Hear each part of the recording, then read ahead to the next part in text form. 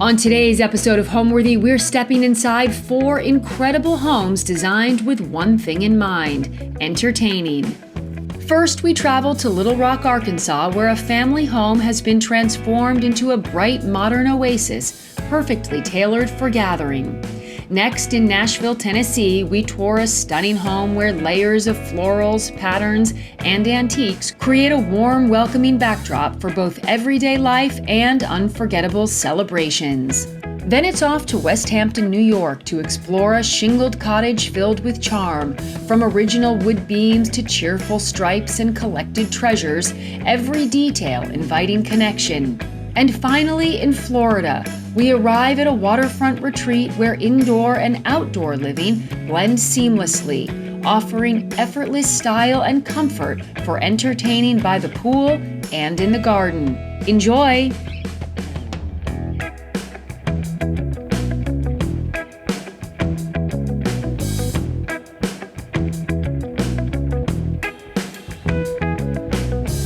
You're watching Homeworthy, where we believe every home has a story. Hi, Homeworthy. I'm Rochelle. And I'm Mike. Welcome to our home in Little Rock, Arkansas. Come on in.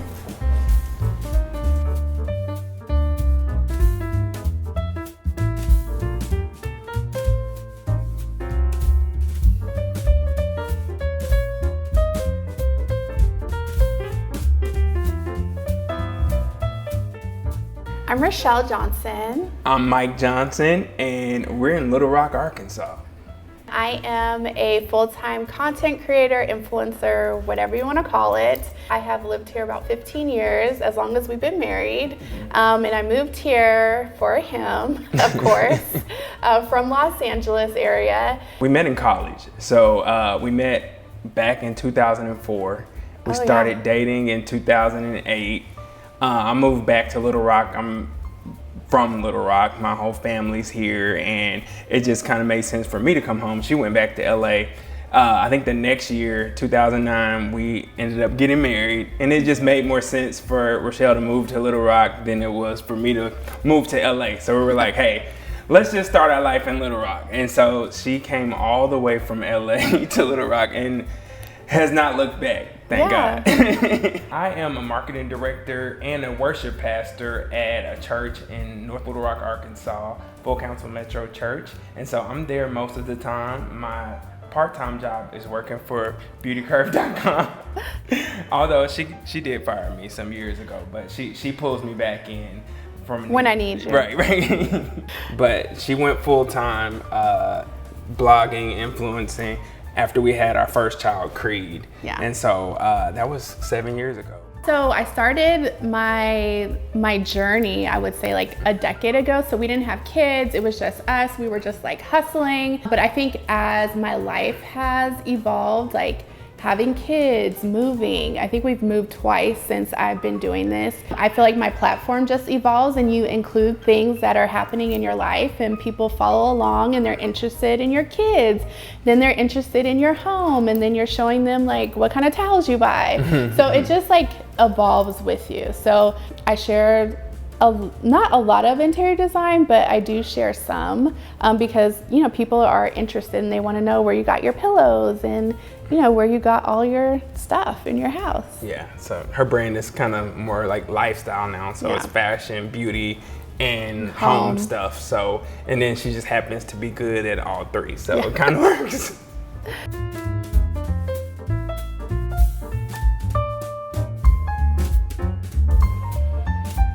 We are in the foyer of our home. Pretty airy, it's pretty light. Enough room to walk around our little table here. Our previous home, like you walked in the front door and you were like in the entire house. Yeah, like, in the kitchen. We really wanted like open concept, everything. We were like, okay, complete open concept. And then we were like, this was the worst decision we ever made. So we were so happy that we now have an actual foyer. And so I guess we can talk about this because this is actually the first piece that we bought for this house. Like, we walked in the store and we just knew that this was like the piece that would set off. We didn't know where it was gonna go, but we bought it. And so when we got in, I was like, I think it should go right there in the middle of the foyer. And it's like perfect. Another piece that we recently added, this actually started out in her office and then we brought it out. Just needed a little something, and these are the doors that my coveted doors that I wanted and I got, so I'm super pleased with them.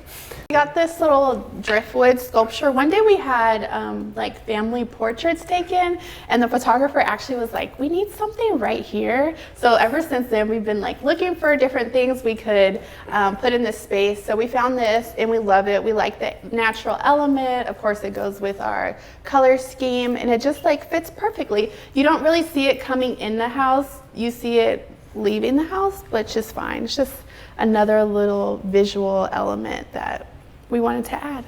We got this table from Worlds Apart, and it was another early buy. We were really excited, so we, you know, got a few things. Right. Didn't know where it was going to go originally.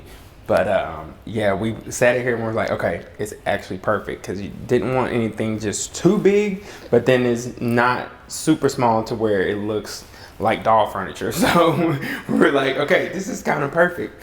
And we played with a million different things on top and kind of settled with this. And then we're kind of torn about our picture not having the kids in it. And after all, this is their house. We just live here. But we were like, that's one of our favorite pictures from our vow renewal, our 15 years in Mexico. So we're like, we're going to have that there.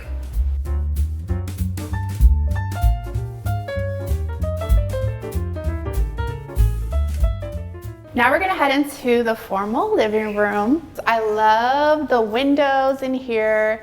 It's just so open, but it's not that open where you can see everything. We try to keep this room as clean as possible, but unfortunately it has become my son's favorite room. Literally. So he wants to eat his pizza and his muffins in here. I think he really just likes the rug. Yeah, he likes the rug. Don't look too hard at the rug. You might.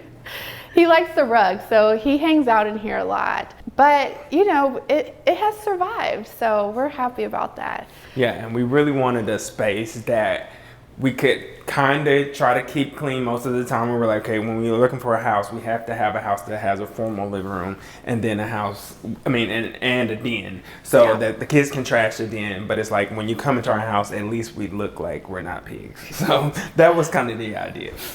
So I think in my like fashion journey, I'm kind of known for like mixing prints and patterns, and also I love leopard print and different animal prints, and they actually incorporate really well together. So we found this beautiful rug, which it's actually by a designer that's based in Little Rock. It's from Global Views, but the designer actually lives in Little Rock. So when I posted it on my Instagram, she was like, I designed that. And I'm like, oh my gosh, small world. But it's a beautiful rug with a little animal print. But I feel like it's neutral enough for the space.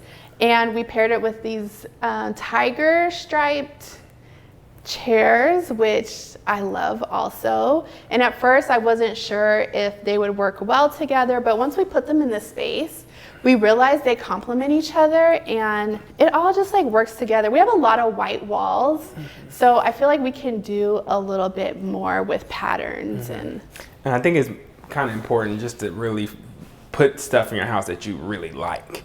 And sometimes you'll just be surprised at how it works together. I think this room, we wanted it to look like adult, like we're almost 40, so we're in our grown and sexy era, so we wanted something a little sexy but to keep in line with our color scheme too. So we found this white couch. I think Rochelle place in Dallas, what is it called? Scout Design. And so and then these pillows are from a local store, and we just kind of mixed it together. And we kind of didn't want anything too dark because we have this giant black fireplace over here, and so we wanted to kind of keep the furniture a little light, a little more airy, a little more neutral, and let that kind of be the highlight of the room. Another worlds away find, these mirrors. We've been seeing them everywhere, and we were like, we want these mirrors in our house, and we walk in one day and they had a pair, and so we were able to get them at a huge discount, and I was very, very pleased with that. So we knew we wanted something kind of tall in this area because the ceiling height and we didn't want anything too busy. She was kind of torn between a big bookcase and the black ones, but we were thinking like, okay, we'll have a giant black bookcase. It'll just like a wall of black. But so we kind of decided on this, and these matching tables are also from Worlds Away. And these cushion things are from Worlds Away too. So this is a whole little Worlds Away section. And then we found this lovely floor lamp with the acrylic, which I love. Try not to do too much of it so it's not like everywhere, but I do have a little bit in every room. So those are local and they just fit the space so well. So when we first bought the house, this fireplace was here, but it was painted like a copper. It was wood. It was like all Was wood. it wood? Yeah, and it had like copper strips on it. Yes, yeah. It was wood. Which but it didn't look bad. It didn't look bad. But we were like, just paint it black. The whole thing. And it transformed it. You wouldn't even know that it wasn't. Yeah, this piece was wood, and then all of this inlay was actually like a copper tile. And so we actually painted the tile, painted the wood, and we love how it turned out. One of the benefits of having a room this size is that you can fit a ton of people in here at one time. And we have these Santa parties every year where we invite all our friends and their kids to come over to the house, and we decorate cookies, and then their parents like secretly bring a gift, and we put them all at the front, and then we have Santa Claus actually come to the house. And so the kids all like run in the living room. So we have like 40 kids in the living room, and Santa's over here on the couch, and it's just such a great space for doing things like that. We're really happy about how accommodating the space is, and I don't know if it's the windows, the ceiling height, but it's a feel-good room. We moved into this home 3.5 years ago, actually on the day our daughter was born. We had scheduled movers, and I just went into labor that day. So it was a little chaotic. 10 out of 10 do not recommend. Yeah. It was a little chaotic, but we made it. We were looking for homes for a long time, couple years. Yes, our previous home was like it was 2,000 square feet. Yeah, half this size. We already had our son Creed, and Evan was on the way. So we were like, we have to get out of this house before Evan is here, because we were just busting out at the seams. And we were looking, we put offers in on homes, everything fell through. And I think this was the home we never looked at, because this was the brown house. And it was a little bit over our budget. And we were like, we're gonna have to paint the entire house. It was so dark, the ceilings were burgundy, all the walls and trim were brown. So we never even looked at it. And when our offer fell through on the house we thought we wanted, we were like, okay, we were pushing the corner. She was due in a few months. I was like, let's just go look at it.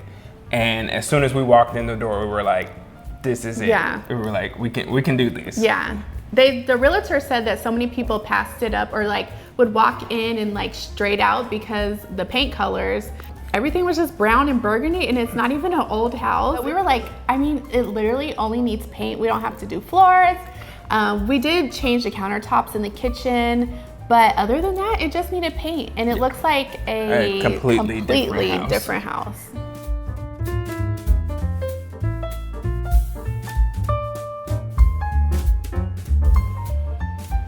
And this house has such a nice flow. We can just move on over to the dining room. And our dining room table is another piece that we bought fairly quickly from Restoration Hardware. And I loved it immediately. As soon as I saw it, I knew it was the one. And then our chairs are also from Worlds Apart. So we use this table more for our holiday gatherings. When Mike's family comes over, he has a pretty large family because he has 4 siblings and they're married and kids and all that. So we definitely use this table for Thanksgiving, Christmas, Easter, and anytime we have people over, just for any of our parties or our soirees, we invite people to definitely sit at the dining room table. Sometimes they're a little intimidated. They're like, I don't want to mess anything up. But we're like, no, just sit there, enjoy. You can't do anything that our kids haven't done already. So this chandelier, it complements the other ones really well. I feel like they all probably are in the same family. And I feel like it complemented the table pretty well. We wanted gold accents, but not just an explosion of gold. So we like the black with it because it kind of just breaks it up a little bit. We love the black accents. And then we got these two pictures. They're actually from a local artist. His name is Bo. And they were actually in the Memphis store.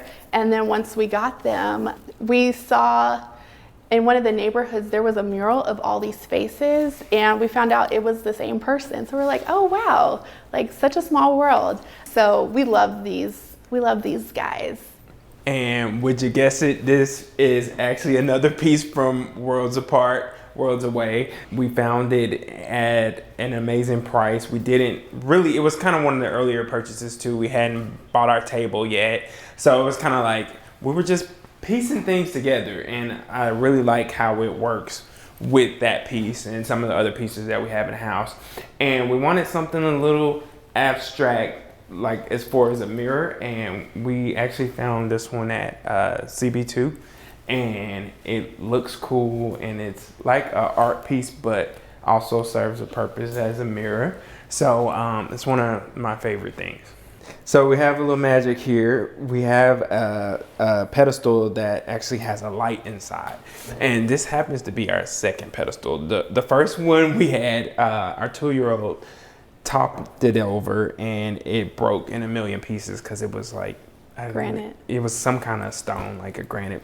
But yeah, she broke the first one. So we're like, this one is metal, so hopefully it won't break. The only part that can break is the top. But we love how cool it looks at night, and really in any time, but it looks cool like that. And then you turn a little switch and got a little light.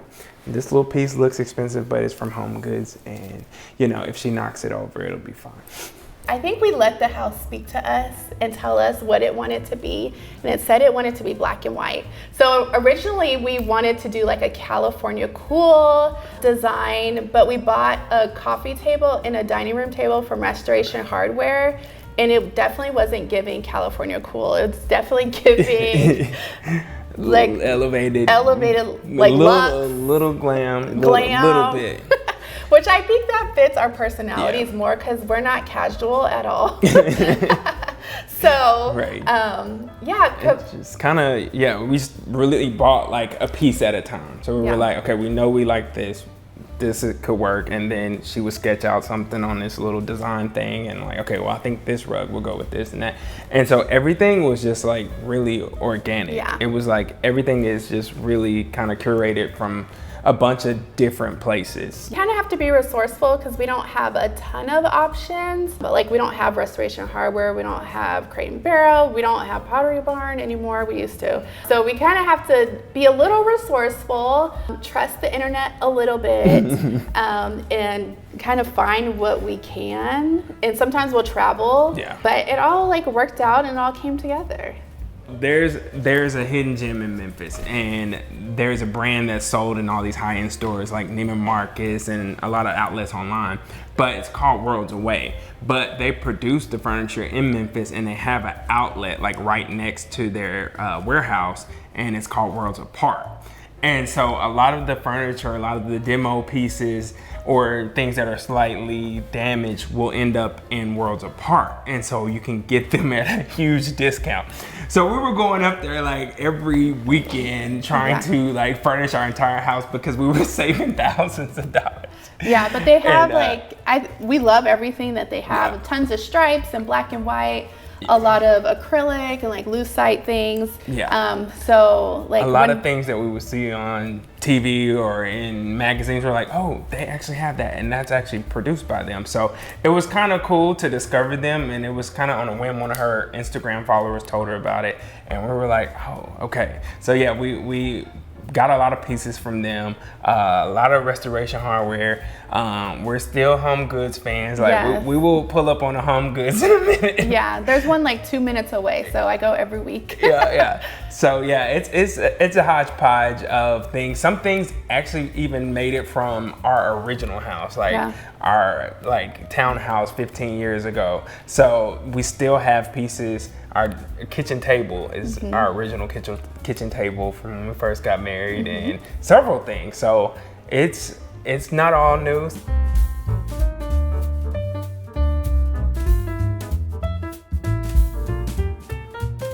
And now we're gonna head into our kitchen, which is definitely one of my favorite rooms. I love the large island. It's perfect to sit at. The kids can eat at the island. It's a safe place for them. But it's also great for cooking, preparing food. Then when we have parties, we do like a big spread on the island, and there's plenty of room for everything. This is our first like big kitchen too. Both of our previous houses had tiny kitchens. Like the first kitchen was tiny. The second house was like a galley kitchen. So we were like, okay, we need a real kitchen. Yeah. And so we got it. The only thing I think that looks like it did when we purchased the house are the beams that are in the ceiling, and they were just like this. We thought about painting them. I'm really glad that we did not, but this is probably some of the only remnant. But believe it or not, all the cabinets are original to the house. We just painted them and redid the backsplash and painted black accents on the hood and on the island. So the island is a quartz countertop, which, you know, the process of picking out like the perfect stone is always a thing, but we settled on this one, partially because we needed something large enough that we didn't have to have two pieces. So we found this one, which we love. Now the countertop around, we were originally gonna use quartz, but we found this honed granite that looks like quartz, and we saved a lot of money by doing that, and it's super durable. It has the look that we want, and we love it. This is a dream kitchen if you love to cook, which I like to cook. I won't say love to cook, but I do like to cook. I think it's like super useful, especially like around the holidays when we're cooking for a lot of people. One of my specialties is macaroni and cheese, and she's famous. Yeah, I'm famous for it. And the chicken chili. Yeah. People always request chicken chili. Ironically, I don't like the chicken chili, but yeah, he's tired of it now. She's won awards. Yeah. We actually got this cool little lamp from HomeGoods. HomeGoods is like a little treasure chest. I just go in there and just see what speaks to me. So yeah, we love it. It fits like perfectly right here. And it's a little night light for if the kids come down in the middle of the night. So yeah. Yeah, when she first picked it up, I was like, that looks like it's for a little girl's room. But then when she placed it here, I was like, oh, that actually makes sense and it looks cool. Yeah. And like it costs more than $39. Yeah.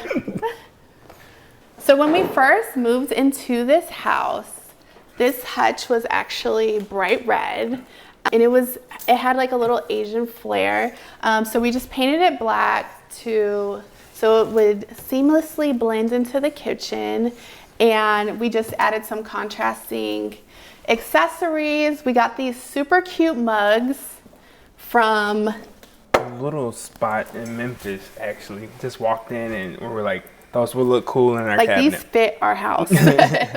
And you probably noticed, but we have a lot of candles, and of course we love diptyque, and we found these cups on Etsy, and they have like the label. I'm pretty sure they're gonna get sued pretty soon, but we love these cups and we actually do use them, but they just say coffee on them. And so we kind of turned this into our coffee station. Bar? Yeah. We just love this kitchen. We spend so much time in this room because it's our kitchen, but it's also the den. So we spend a lot of like family time here. And yeah, and normally when we can't fit everybody at the dining room, it's kind of nice because our little breakfast nook is almost adjacent to the dining room. So it's like you can be in the dining room and still eat in here and still feel connected. So we kind of like that too.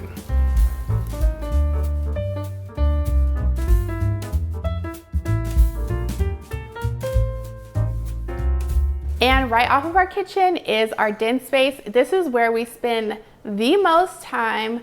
The kids are always in here. My daughter likes to pull out all her toys, and this is like, we call it her kingdom because she puts everything everywhere. She puts a blanket on this table so she can have a tea party. Yeah, they love this space, and it's just a great space. We have like a little fireplace for when it gets chilly. And in the winter, we actually turn it on like every single night. Every night. And this rug is actually a ruggable. And so it can be picked up and thrown in the washer. So That's very useful, being that this is a super high traffic area for our family. And these chairs are kind of like textured, so they don't pick up on as much dirt. And the kids obviously love that they swivel. So yeah, I'm just hoping that that swivel mechanism can stand a few more years of them spinning incessantly. But yeah, this is just one of our most used and most practical spaces in the house. Originally, we had a neutral couch in here. I guess this is still technically a neutral, but we had like a gray couch, and it looked more gray when we originally bought it. But when it got here, it was like, oh, this is almost white. So 3.5 years later, the kids completely destroyed the couch. It was beyond repair. So we recently purchased this green couch, and it's kind of like an intermediate couch. It's like, we don't quite know what we want for the space, but we feel like they're too young to spend a lot of money again on a really nice couch. So this looks a little high end, but it doesn't feel that high end. But I feel like it's great for them. They can jump on it. They can do whatever they want to. If my son wipes his hands on the couch, it's not going to pick up all the popcorn butter and, you know, everything. So I wanted to try the green, and I actually love it. So I feel like when we're ready to like invest in a nice couch, I think I'm gonna go with green, because I think it just works so well in this space. I know it's the only thing that is color besides black and white, but it fits. Yeah. My favorite room in the house might be my office. We finished it recently. It's been finished for a while. It's just been messy. We cleaned it recently. Yeah, it's like recently cleaned, and like I love it. It's a little different from the rest of the house. It's more of a maximalist flair, which I feel like that fits my vibe. So I love it in there. Okay, this is my office. Come on in. I love this room because it definitely gives a different vibe than the rest of the house. This is more of a maximalist vibe. I was going for a little Parisian, maximalist, also like women empowerment. I have a lot of ladies in here. I have some pictures of myself on the wall, my daughter, my mother-in-law. I just wanted it to be a cool little space that I could work out of. And we have like some, you know, interesting things in here, but like a really nice collection of like my favorite things. These are my bookshelves. I just filled them with a lot of my favorite things. I actually love pink. We just don't have a lot of pink in the house, so I put a little bit of pink in my office. I thought these shoes were stunning, and they belong on a bookshelf, but these are actually the shoes I wore for our vow renewal in Mexico. So I love those. This is actually a piece of art that my son made. He's a wonderful artist. I mean, he's 8, but I see the potential. And he actually has been doing like these abstract paintings since he was, I would say, about 2. And like one year we just had him do a bunch of them, and like we handed them out as Christmas gifts. And I mean, it looks, honestly, I feel like it looks amazing. And I just put it like in a nice frame. So I love having one of his pieces in here. I'm definitely a shoe and handbag girl. So I love to collect like beautiful shoes. And I actually walked into the Nordstrom in New York, and I was looking at some Louboutins, and one of the associates was like, he's actually upstairs shining shoes right now. And I was like, oh my gosh. So I was like, if I find a pair in my size, because I wear 42, I was like, I'm gonna get them and get them signed. And of course, just like Cinderella, they fit. So I had them signed by Christian Louboutin. So they definitely deserve a spot on the shelf. I definitely had a vision of having one of these pieces in the office. I just like the modern take on like this like classical picture. And I personally loved that she was plus size, because I'm plus size also. So it was just like, I felt like it was meant to be. So it fit right here in the middle of the bookshelves, and it was just like a perfect match. Another piece that deserved a spot on the shelf is my beautiful pink caviar Chanel. I was waiting to find the perfect shade of pink, and once I saw it, I was like, it has to be mine. So I don't wear it that often. I'm just I'm trying to be very careful because I'm actually not the most careful person, but I don't want any color transfer or anything like that. So for the most part, she stays on the shelf, but I do carry her every once in a while. And then we have one of these eternal bouquets. And they say they last a year, but I have had this longer than a year. And I actually had a larger one that lasted, it was like 2 or 3 years. And they even smell good. So I love these. And then just like a collection of books that I've collected, of course, incorporating a little bit of pink. And then we have me and my kids, and then my mother-in-law, who was a big inspiration and a support to my business. This is my gallery wall, and originally we started with these framed Louis Vuitton scarves. These were actually my mother-in-law's, and it's something that she always wanted to do. We saw it in a Gucci store one day, and she was like, I can frame my scarves. She didn't get to do that, but I was like, I'll take 2 of them, put them in my office, and I feel like they complement the space, and it's a good anchor for the gallery wall. So we love these, and I just accumulated just like a few things. I have another picture of me and my daughter here, and then we also have, I found this little sketch of like a corset at a vintage market, and I was like, that is perfect for my wall. And of course, per my last email. And of course, if we ever need champagne, we just press the button.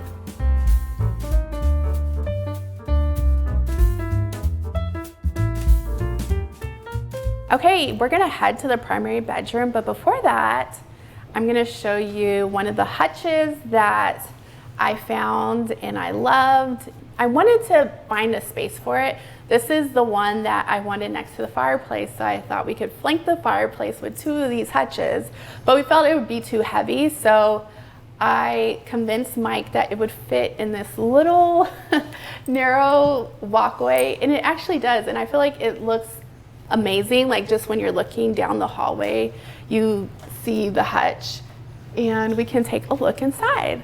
So on the top shelf, I have 2 pieces of artwork that actually came from my grandmother's home. She collected, actually my grandparents collected artwork from different Jewish artists, and these are from R.L. Stein. So I wanted to find a place for them in the house, and the hutch was like the perfect spot for them. They're the perfect size. And then down here we have just pictures of our parents. So on the left are Mike's parents, and then on the right are my parents. And now we're gonna take you to the place where all the magic happens. I always wanted to say that. Our primary bedroom.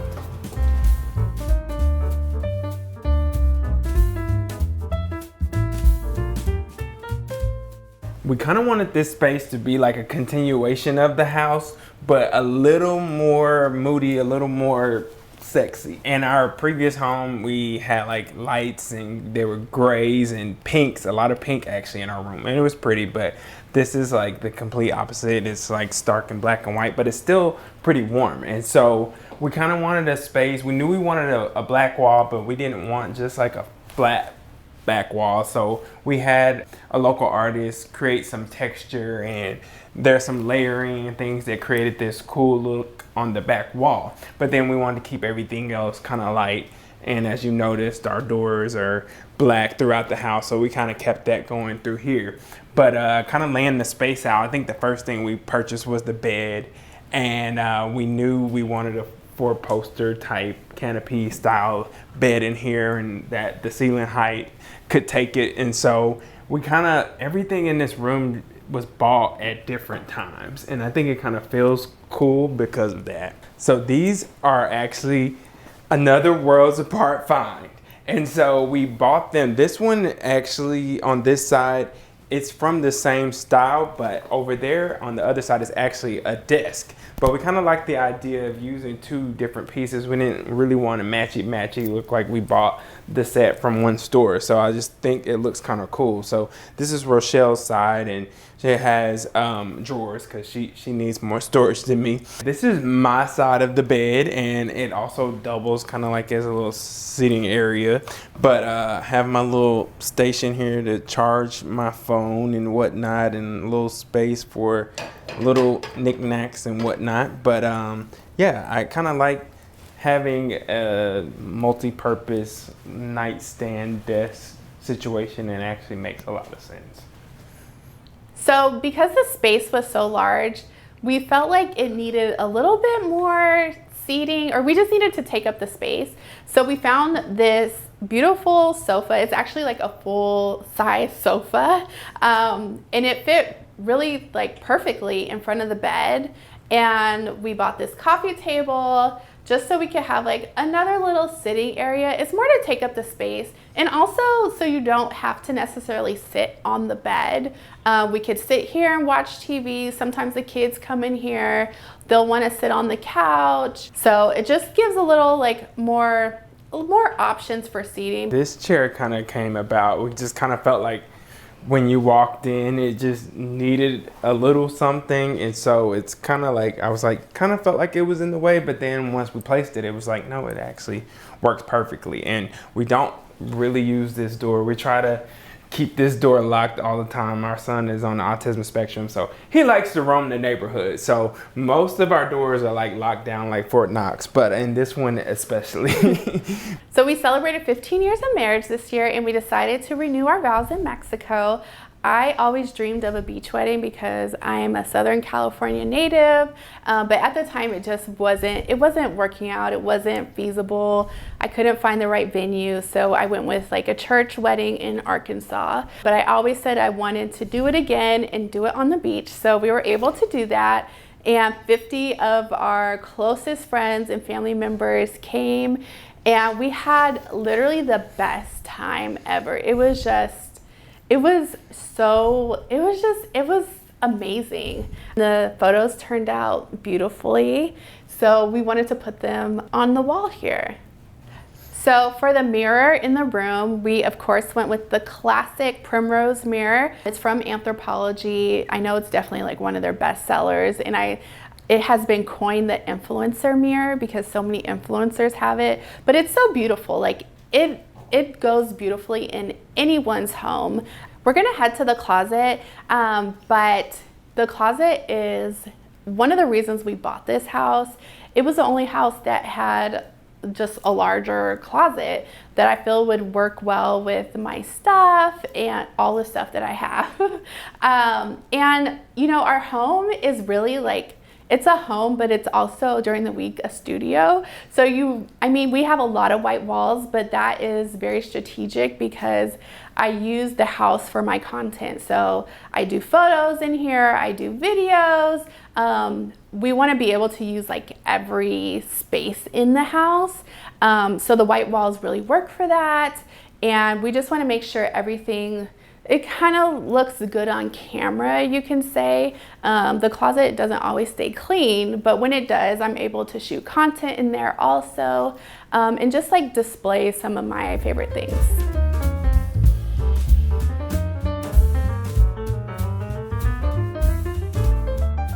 And this is the closet. So I love this space. Obviously has some of my favorite things in here. The day we moved in, of course, I had my baby, so they kind of just like threw all the clothes in here, and at that point I was like, I can't do this. So we had a professional organizer come, and she put everything in the closet. She color coded it, and it makes life so much easier. One of my signature things is I love a headband. I especially love these jeweled headbands. They're from Lily Saduki, and they have the most beautiful headbands. They are just like a piece of art. I'll put one on. And when I wear these, I get so many compliments. But I love them. They're just so pretty, and they make such a statement. You could just throw them on with like a dress, or jeans or whatever you have, and it just like elevates your outfit. And I also feel like once you elevate your outfit, you elevate your mood and you feel better. I think everyone should invest in a good pair of pumps.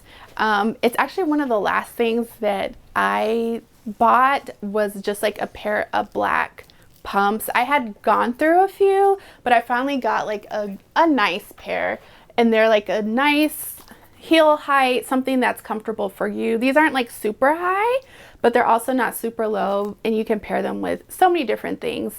But I would say like a good pair of pumps that you could wear to a wedding, you can wear them to work, you can wear them anytime, you know, you need to get dressed up. That's important. But then if you're like me and you like a little drama, a little sparkle, I got these, which not a basic pump, but it's just like a fun shoe. So I have a lot of basics, so I like to invest in like something that speaks to my personality, and I love these. These are mock and mock, and then we also saw them in pink, so I knew I had to have these, and they have like a little heart on them, so very cute. I don't think I've worn these yet, but definitely like one of my favorites.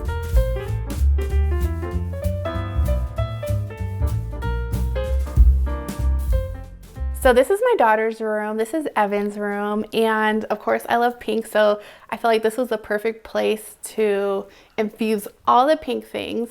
I wanted it to be very feminine. I love florals. I love just all things girly, and thankfully she does too, because she loves playing dress up, she loves pink. And so we just feature this statement wallpaper, which I feel like can grow with her. So I really wanted something that, you know, it's not gonna it won't be like a nursery forever. So I love this wallpaper and this large floral print. This is actually, I mean, my son used this crib, and we wanted to get something that was neutral, that we're like, if we ever have a girl, we want to be able to use it again. And thank goodness we did. And right now it's just like the toddler version of it. So eventually she'll be ready for a big girl's bed. But yeah, it still serves the purpose. And a lot of the stuff in here we actually already had at the old house. So this was some of the furniture from our bedroom, like our dresser, our rug. The only thing that I really wanted to get was this little mini clothing rack. I think it's the cutest thing ever, and she has some of her princess dresses on it, and she actually will come up here after school and grab a dress. She says, I want princess dress. I want blue princess. She loves playing dress up. So it's just a girl's world in here. We wanted to do a little gallery of books. We definitely wanted to incorporate books where she could see herself in the book. So tons of books with Black characters.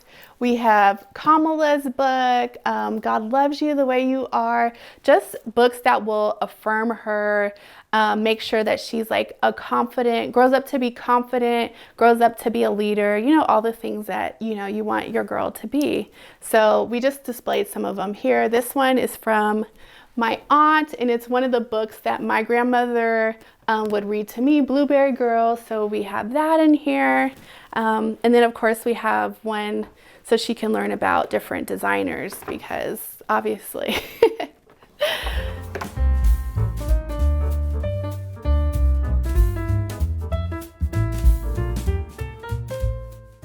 And now we're entering our son Creed's room, and it is very much a Ralph Lauren theme. Hopefully that conveys.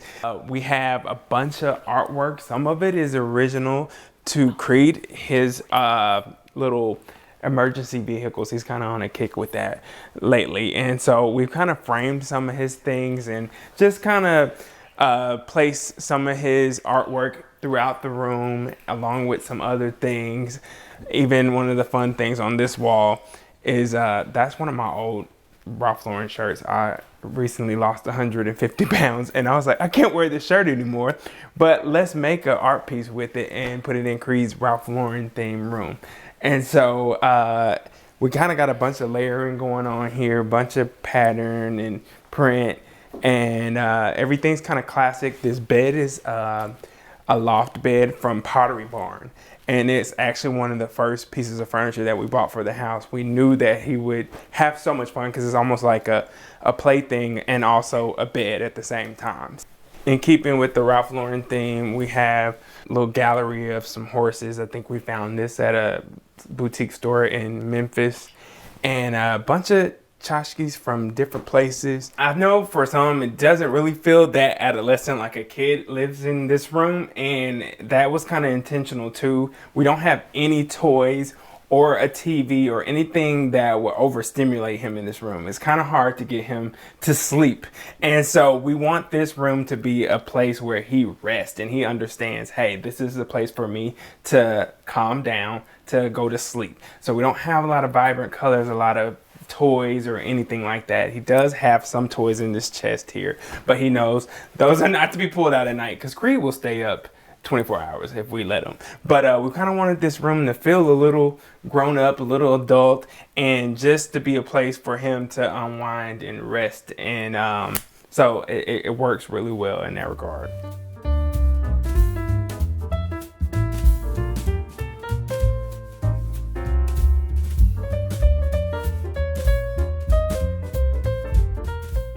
When I think about our home, like, I just think about a place of peace, a place to gather. We love entertaining. Like, there's a rare occasion, like on a weekend, that we don't have house guests. And we're kind of known in our group of friends as the host and the party people. I think home is like your peace. It's like where you go and you can relax, you can, you know, it's just like your like sanctuary in a sense. And when people come over, we want them to feel like at ease. We want them to feel at peace. We want them to feel well. And I think that is why people come over a lot. You can keep your shoes on in our house. Yeah, yeah, you can keep your shoes on. Yeah, it's just one of my friends referred to our house as a retreat. She was like, when you go there, you can just like relax. And she was like, it just feels like so peaceful there. So I'm proud of that. Yeah, especially with our 2 kids Yeah. living here. Thank you, Homeworthy, for touring our home, and we'll see you next time. Bye.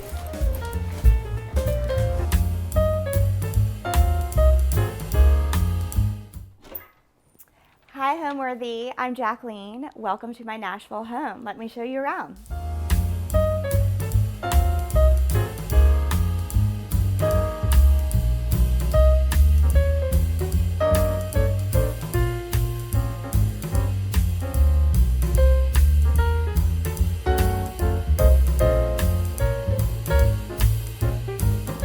You're watching Homeworthy, where we believe every home has a story. Hi, I am Jacqueline Creekmore. I'm the founder of Moda Fleur. We sell jewelry, tabletop linens, and women's clothing. With this house, previously we were living in a more urban neighborhood called 12 South in Nashville. And we had just had our second son, so I was about 8 weeks postpartum, and we knew with 2 boys, we needed to find a little bit of a bigger space, a house with a bigger yard, and a quieter street. And this house, I think it was up for sale for a while because previously it was rented out by a lot of different people. I feel like a lot of people overlooked it, but my husband saw it and he's like, why don't we take a look and look at this space? And then he brought me over and we just fell in love with it. We saw like the bones of the house and we knew that there was something that we could do with it. I am inspired by color and texture and pattern. So when you go throughout our house, you'll see a lot of those elements at play. And then I like to bring in different pieces that have a little bit of history to them, or from my husband and I love to travel, and we both are from out of state, so we like to incorporate a little bit of our background in the house as well. Welcome to the entry of our home. Funny enough, we just recently designed this space. It actually was the last space that we designed. My designer, Blair Parks, and I knew that we wanted to do something different and something that really set the tone of the house. So when you walk in, you kind of got an idea of what the rest of the house was gonna look like. And it's kind of a big entryway, so I wanted to do something bold. So the first thing that she showed me was this really cool wallpaper by Lee Joja. And I just love the zigzag and the geometric shapes. Green's one of my favorite colors, so that spoke to me as well. And then we added grass cloth on the ceiling to kind of balance it out. We got this amazing entry table here that serves as a welcoming to the space. For each holiday, it's decorated a little bit different. Sometimes we have Halloween stuff on here or Christmas stuff. We change it out for the season. And then we have this antique chair that Blair sourced from Virginia Richardson, who's a local antique dealer here in Nashville. She has a showroom and she's one of Blair's good friends and has incorporated different antiques throughout the house.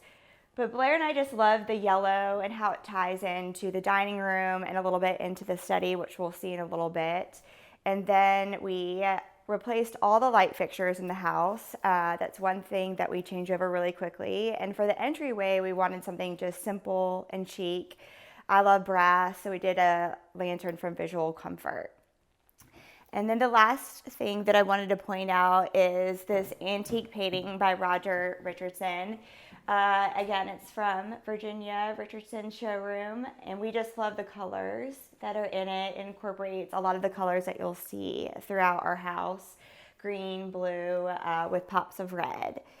So for this house, we had to move in within a month, so I needed to act quickly, and one of my husband's good friends, his wife, was an interior designer.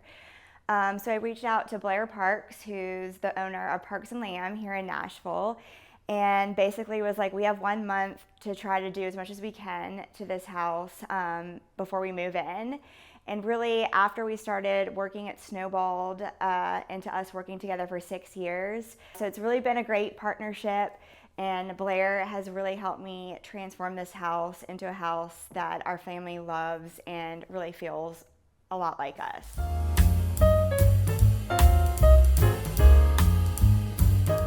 And this is our dining room.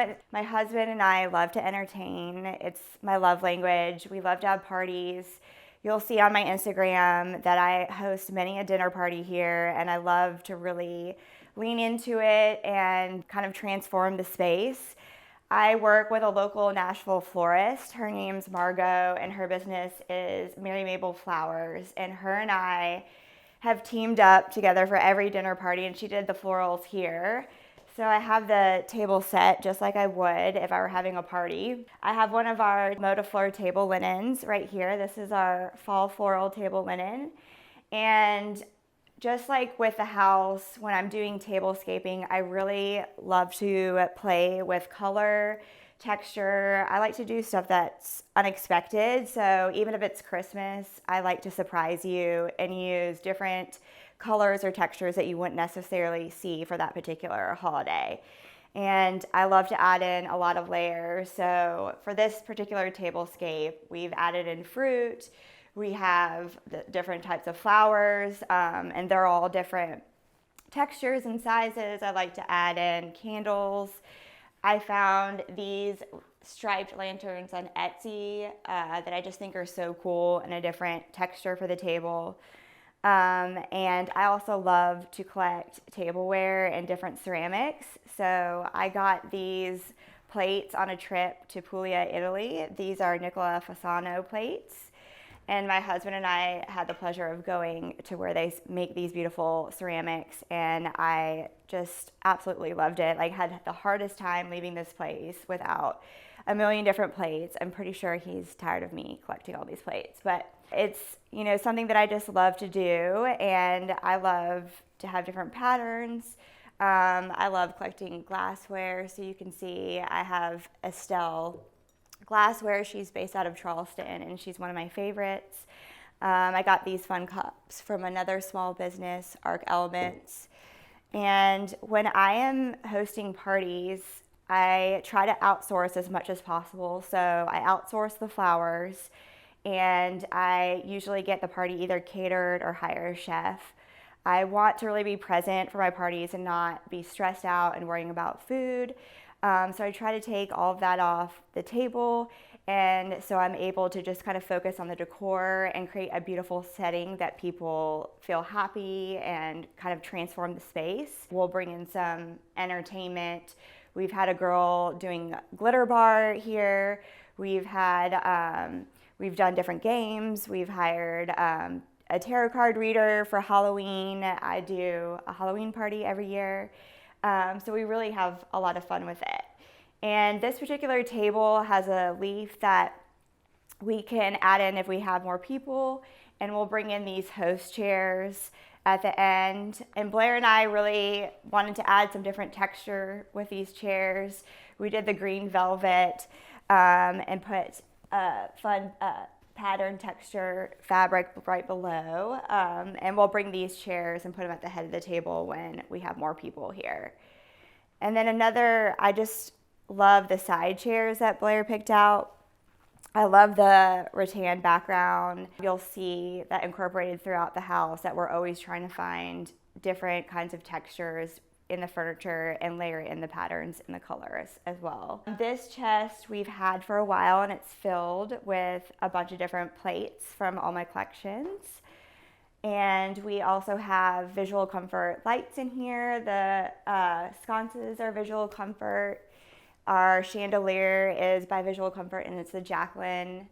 I love how it's kind of adding a whimsical touch to the space. And then the white of the chandelier kind of softens the rest of the room, which is the main thing that we picked out this room was the wallpaper. This is Cole & Sons wallpaper. And when Blair and her partner Susan showed me the wallpaper, I was obsessed with it because I felt like it was just so bold and different and something that I hadn't seen before. It kind of reminded me of Italy, which is a favorite place of mine.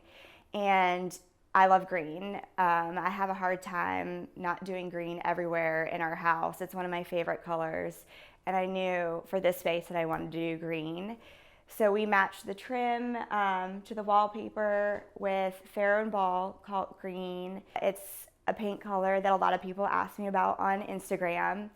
I feel like it's just such a beautiful color, and we did it in high gloss, which is my favorite. I try to add gloss paint wherever I can. I just feel like it looks so chic and beautiful. And then we just added a simple curtain in here. Another thing that I wanted to show you is my first piece of artwork that I got. This is by a dear friend of mine, Blair Wheeler. She's also a Nashville local. She did this artwork for my husband and I shortly after we moved to Nashville, and it's one of her signature pieces. Of course, I had to have a lot of color in it, and I just love the different flecks of gold in it as well.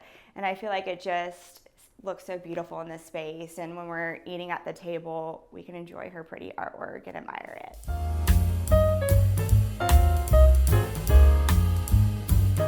Okay, so welcome to our living room, otherwise known as the great room, where we really spend most of our time in our house. So this room is the biggest space in the house and the space that really overwhelmed me the most when we moved in, because I was like, we need a ton of furniture for this space. Originally, we had these white bookshelves. The TV was over to the right. They weren't really functional, and they didn't really look that great. So I knew that we needed to replace those. And then originally there was this huge kind of Baroque fireplace that was very massive and kind of overtook the full space. So I knew that we had to replace that. So once we had been living in the house, that was one of the first projects that Blair Parks and I did, is redo the fireplace. So this is a custom mantle made by a company called Francois. And it was quite the undertaking to watch them do that. And then since we had the wood burning fireplace in the study, I thought it would be fun to switch up this fireplace and do the fireballs with the herringbone brick pattern in the back. Since this room is so big, I knew that I couldn't wallpaper it, so we left it Benjamin Moore Swift Coffee white. And then I wanted to have a really big moment with the bookshelves. So we redid the bookshelves in a really cool blue color that's just, I feel like, a big moment when you're in this room. and just gives us a lot of different styling options. We'll switch this around multiple times throughout the year. We love to have antique books in here, family photos. These are antique French canisters that Blair and Virginia sourced for me. I like to collect different prints from when we travel. So this is a print from France. This is a little piece of artwork from a local Nashville artist. And I like to incorporate different elements with these bookshelves and throughout the house. So we have the French canisters, kind of some Chinese influence, and different coffee table books. I'm obsessed with collecting those as well. So it's just a fun way to kind of incorporate them in this space. Another fun piece that I really love in this space is this bench. I just think it's so cool and like a really modern shape. And I love that we were able to kind of have a piece in front of the fireplace and just more seating available. Since we do a lot of hosting, a lot of people gather in this space, and I feel like we're always pulling up chairs. And my kids end up sitting here a lot of times watching TV. They also love these fun antique chairs. This was another piece that we added in a little bit later, and just a way to kind of incorporate some age in the space. The couches are Lee Industry. We've had these for years, but one fun thing that Blair came up with was to add the contrasting trim and the fringe on the bottom again. So another fun detail that I love, and it was a way to refresh an old piece that we've had for a while. Another piece that I'm obsessed with is this console table. I just love that it has original paint on it. It's from the 1800s, and it's from Spain. I think it's just so cool, and it just fits this space really well. And it's another area that I can restyle when I want to change things up, or for the holidays, we'll incorporate Christmas or Halloween items on there as well. This little guy is by Kiwi Murphy. She's a local artist in Nashville. My kids call this guy Mushroom Man. I just think it's so cool and a way to add a more sculptural element in the space. I think it's really fun. And one thing that Blair has really pushed me to do in the house is get some new colors, because if it was up to me, I would do everything in green and blue. So she's pushed me to add some red into the space. So we've done that with our little mushroom guy, and then also with these fun lampshades that are by from Moore. And I just think they're so cool. Another thing that I love that we found are these really cool chairs, again by Lee Industries, and they're covered in a Rebecca Atwood fabric. And as you can imagine, being a fashion designer, I love textiles, and I just think this one's so cool and different with the modern shapes. And it adds, the couches are a little bit traditional, and I feel like these chairs are a little more modern. So I like it to be not so expected and to kind of switch things up throughout the room. This was sourced by Annalisa, who is a Nashville antique dealer as well. And it's like bringing in the different red elements into the room. So it goes with our lamps and then our red side table here, and also the chairs that you guys saw earlier. Another piece of artwork that I wanted to mention is this piece by Jamie Johnson. He is a Scottish artist. One of my friends, Susan, who lives in Nashville, went to Scotland and discovered this artist in a cafe, and she told me about him. And I was just obsessed with this artwork. I love all the colors. I think it's, you don't really know what's going on, so it's a little bit surprising and just has some fun elements to it. But I really was drawn to the blue and the blush tones in this piece of artwork. And I think this is just a interesting, tough space to design. Originally, there was a bar in here that we took out, and we added a bar off our dining room, so we knew that we didn't want to have a bar area here. So we had a hard time kind of trying to come up with what to do here. So we added this chair and a little light, and we have the artwork above, and this is where we end up putting our Christmas tree during the holidays. So I feel like this space has definitely come a long way since since we moved in. Now we'll go into our powder room. It's a little bit narrow, but so originally when we moved in this room was very dark, all black, and it had a vanity on the floor. It's kind of a unique space. It's a little bit smaller because it's tucked under the stairs, and it backs up to our kitchen. So when we were renovating the house, we couldn't add any more space here, so we had to be a little bit creative. So Blair came up with the idea to do this floating sink. It took the contractor a couple times to get it right and find the perfect little sink in here, but it turned out great. I'm obsessed with it. Also, I think the powder room is a really cool place to put a fun wallpaper. And so Blair found this Lindsay Cowles wallpaper in this cat print that I just love. And we matched the blue in the wallpaper with the trim.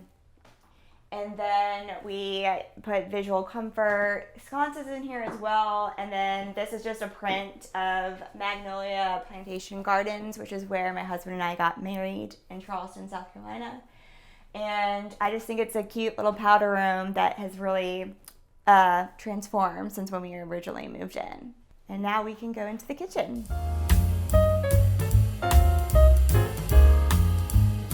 So the kitchen, we did a full gut job. So after we renovated all the bathrooms, the last thing on our list was the kitchen. And the kitchen had a few different issues in it. One was the pantry was this weird little closet that was off to the corner. It had a dual sink that wasn't really functional for our family. And it was just a little dated and needed some updating. So we completely gutted this space. We kept everything kind of where it was. We incorporated the pantry into the different cabinetry, so it's hidden away, and we actually got more space that way instead of having the weird closet pantry back there. When we started renovating the space, one of the main requests that I had for Blair was open shelving. As I mentioned earlier, when I'm traveling, I love to collect ceramics and different glassware and things for my travels. I love setting tables. So I wanted to have a space to display all of that and for it to feel kind of like a marketplace or a store. So Blair put these open shelves in the back.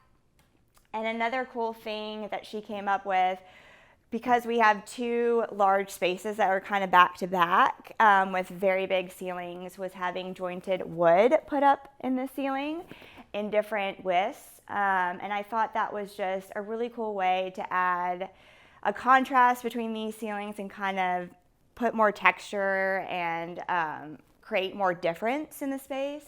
Another cool thing that Blair picked out was this tile from Kenny & Co. in Nashville.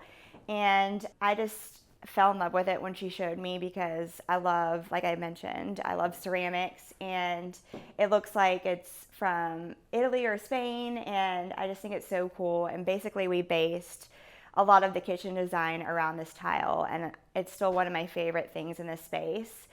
So once we picked the tile, we decided on the paint color. And for this kitchen, I knew that I wanted to do a color, and I wanted to do green. So we tested a few different paint colors in the space, and we landed on Farrow and Ball Pigeon. And I just think it's so beautiful. It's not like an overpowering green, it's very soft. It feels warm. We obviously spend a lot of time here as a family or if we're hosting parties. And I just feel like it feels much like me and my aesthetic and design. So if you want to come over to these shelves, I love to style these out as I collect things from traveling or just from different small businesses. I love to support small businesses as well. So I have glasses from Estelle again. These bowls are from my friend Helena Home. She is based out of Houston, Texas. I also have more Italian ceramics from Nicola Fasano. I'll put different cookbooks here, but as I'm hosting for parties or different events, I'll pull things from this space. This is obviously like where we pull our regular glassware from. And then we carry the jointed wood from the ceiling down the back of the shelves, and I feel like it kind of ties the whole space together. We also added antique brass fixtures and hardware so it would age better and it wouldn't look messy with kids. And then we got these really cool stools from Mainly Baskets. I love that they're woven and add a different texture in the kitchen.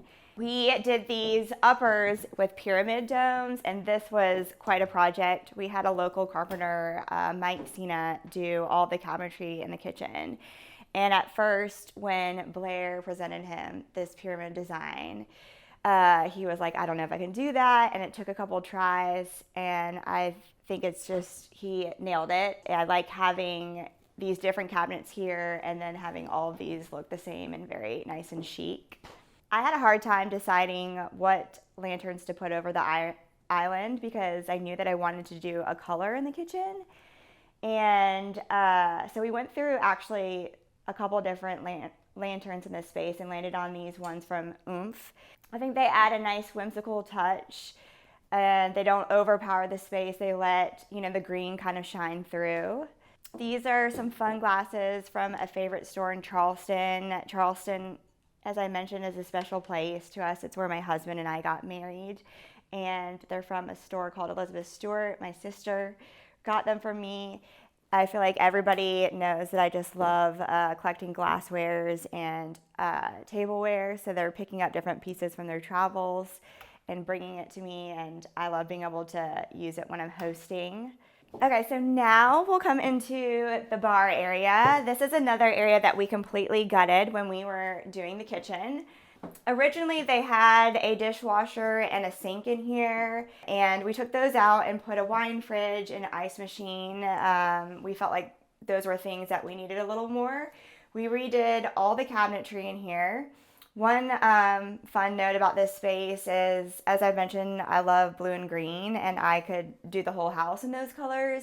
We ended up testing out this Benjamin Moore color, Princeton Gold, and I am so happy that Blair pushed me to do this color because I feel like it ties in the yellow of the wallpaper in the dining room and just kind of breaks up the space as you're going from the dining room into the kitchen.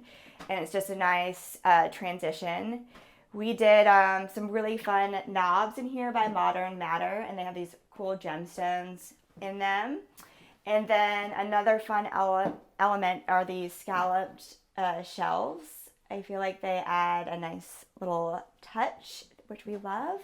And then I love these herringbone tiles in the back. That was really hard for the contractor to do, but I feel like it's just a nice unexpected detail. And again, I wanted to have another place to display all of my glassware that I collect, and I feel like this kind of enables it to stand out. And I have a lot of my party hosting in this room. I have all of my Mode Fleur napkins down here, silverware and other bar items. It's a place that, a lot of people are gathering in and out, grabbing a drink. So it just feels fun and happy. Another funny moment is that originally we had grass cloth on these walls, and we have 2 cats, and they were using the grass cloth as a scratching post. So we had to replace the wallpaper a couple times before we decided to go with this vinyl wallpaper. And I think it's just a good muted backdrop to the bright yellow color.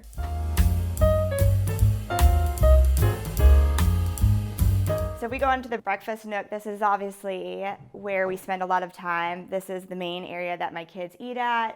We like to eat here and kind of look at them playing in the backyard.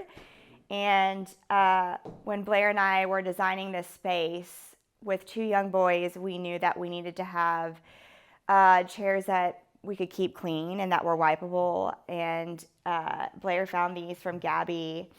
And I feel like they tie in the white from the light fixtures. They also add that woven rattan element that I love. And I feel like they're super functional for a family of 4 with 2 crazy boys. And originally we had a rectangular farmhouse table in this space, so we knew that we needed to replace it with an oval table that kind of fit the space better. Again, this table is from Worlds Away. And I decorate it sometimes for some parties. You'll see it on Instagram as well. And then the last thing that I want to mention are these botanical curtains.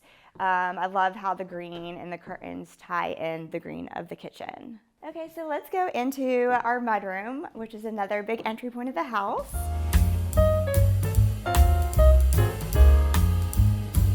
So even though the mudroom is a smaller space, it was important for me to, have this space still feel like part of the house and like me and be fun and whimsical as well. So this is another space that we completely tore out and started from the beginning. Originally there was a little desk here and there was all open shelving so you can kind of see everything. So with two boys and all their sports gear and shoes and backpacks, I knew that I wanted to have shelving that we could hide. I wanted to have, a drop zone for mail, and different odds and ends. And I wanted to have an open bench that, we could sit on when we're putting our shoes on. And it's a place that a lot of people are going in and out of when we're having parties. A lot of people use this door as well. They're dropping their bags and their coats down here. And it's a place where I do front porch pickup. So we do all of our shipping out of my house. So a lot of times I'll put orders over here and it's just a friendly reminder that I need to take it out. But for this space, we carried the same color in the kitchen, the pigeon in here as well. So it would all kind of tie together. The wallpaper is really fun, floral print by Jasper. And an area that I splurged on with this space is the light fixture. It's a Colleen Ryder light fixture that we did in custom colors. To match the pigeon color. Light fixtures kind of remind me of the jewelry to an outfit. They add like the perfect accessory to the house. So this was a fun one that I felt like worked perfectly for this space. Blair had the idea to do some open metal baskets up here to kind of break up all of the shelving in the cabinetry. And I think it's so fun. That's where we store like snow gear in there, more party supplies and holiday supplies. Let's go outside and I'll show you our screened-in porch.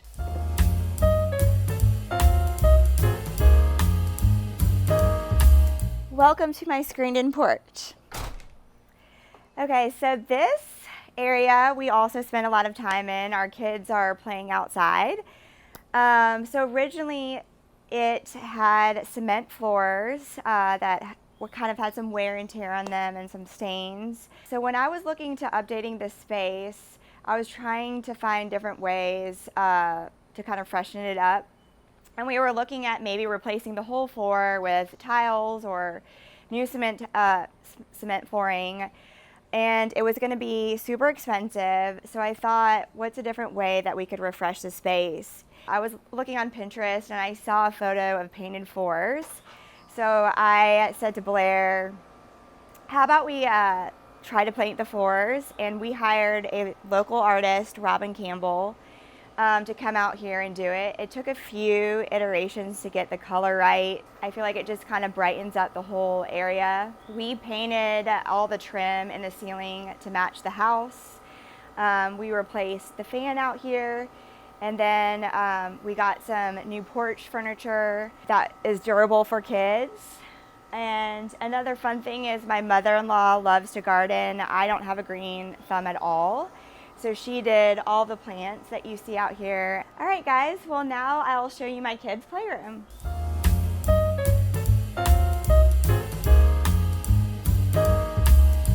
So welcome to my kids' playroom. This is the cleanest that it's ever been.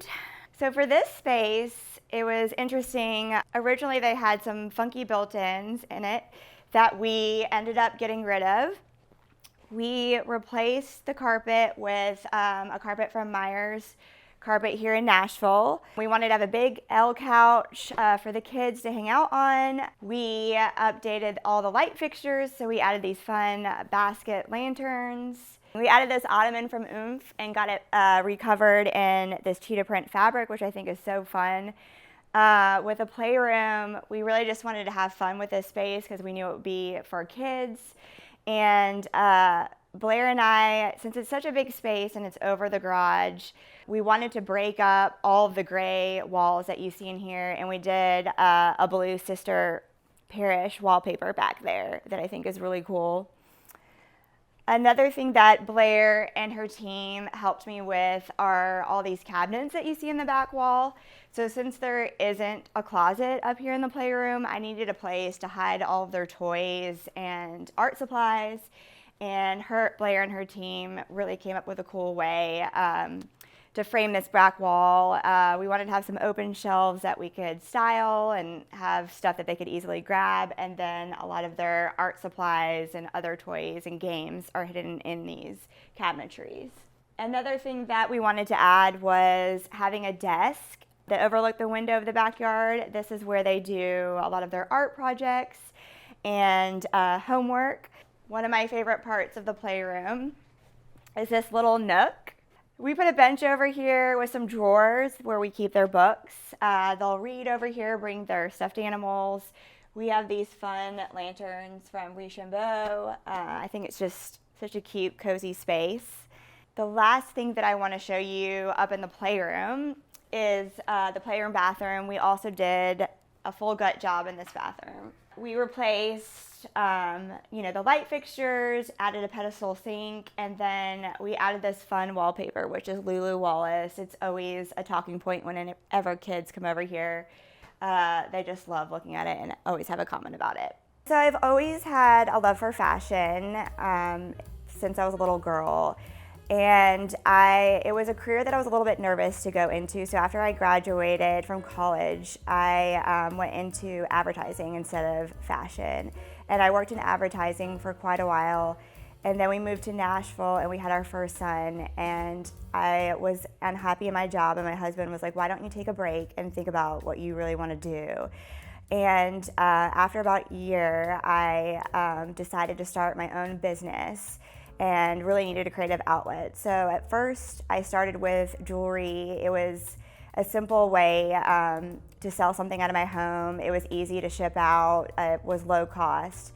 But the end goal was always to do clothing. Clothing was always where my passion was. So after a couple of years, I launched into clothing, and it's been a whirlwind since then. And I've just been so happy doing that. And it's something that I really could feel that creative passion with and lean into. I'm inspired by traveling, for one. I love to go to Europe. I was just in Spain for my birthday with a bunch of friends. My husband and I have been to Italy a couple times. I'm also inspired by nature and flowers. When you're walking throughout our house, you'll see that I have flowers incorporated in all of the decor. Flowers are always a big element of my tablescapes that I do, and they're a source of inspiration for the clothing. A lot of times we'll pick out fabrics that have florals in them or have floral elements. Being in this house, I knew that I had to be creative and fun. I work out of my house every day. The business is run out of the house, so I wanted to have a creative space that could fuel my passion.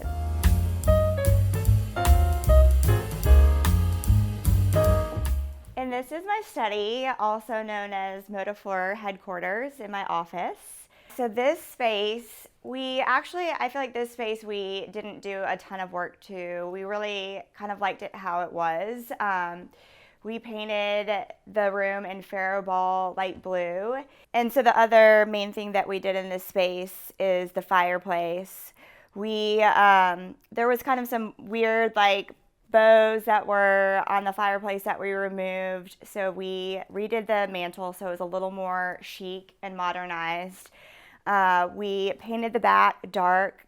One of my husband's requests for this room is that we kept this fireplace wood burning. He's obsessed with wood burning fireplaces. And I'm so glad he did, because when we have snow days in Nashville, you'll find my two boys huddled around here getting warmed up. With this fireplace, we also replaced the surround, and we did a really pretty marble. Originally, we didn't know that this space would be my office, but it has become where I do most of my work. My team will come over here and we'll have meetings. We do fit meetings in this room. It's where I'm working most of the time, so it has kind of turned into my office and where I spend most of my days. We did this really pretty blue couch by Lee Industries in a soft velvet.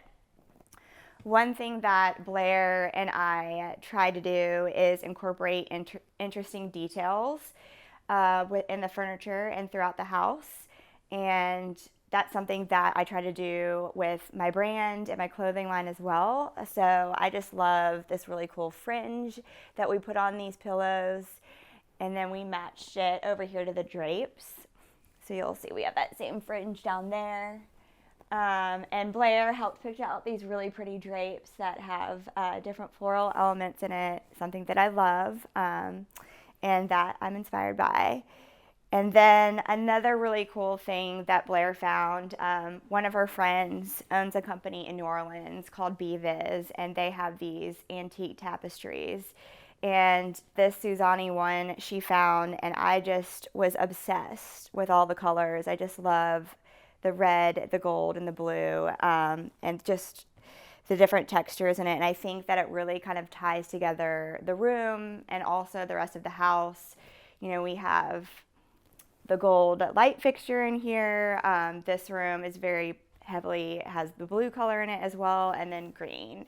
So these are the prominent colors in this room, and I think this piece kind of brings it all together. One thing that I wasn't planning on when we moved into the house was having our clothing rack here, but it's become a permanent fixture in this room. I'm rotating out the different clothes, but usually it's different pieces that we're working on that we have, you know, that we either need to fit or that are coming out. So we have some items from our upcoming spring line, our fall line as well, and winter and holiday too. So a lot of times when people come into my house, they get a little preview of the next collection that's supposed to come out.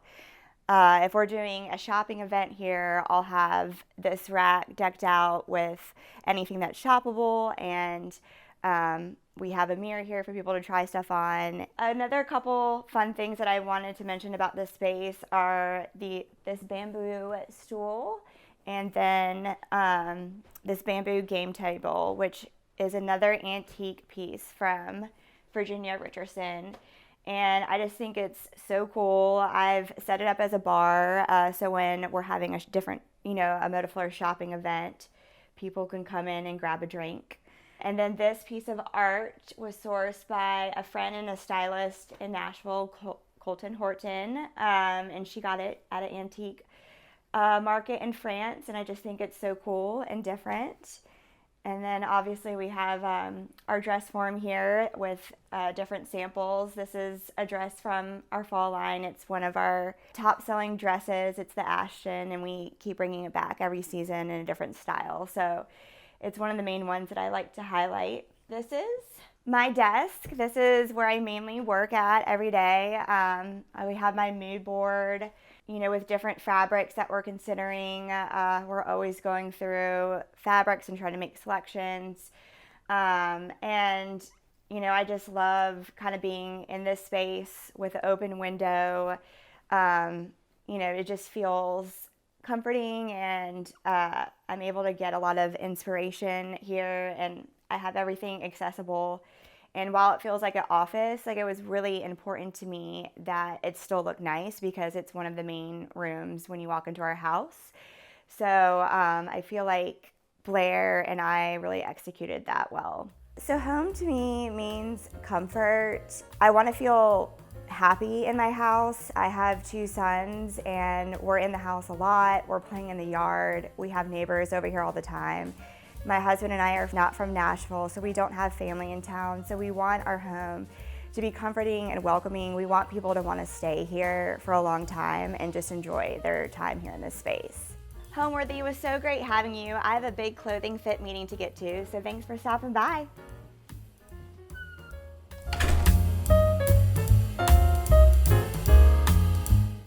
Hi, Homeworthy. I'm Camilla. Welcome to my house in Westhampton. Come on in.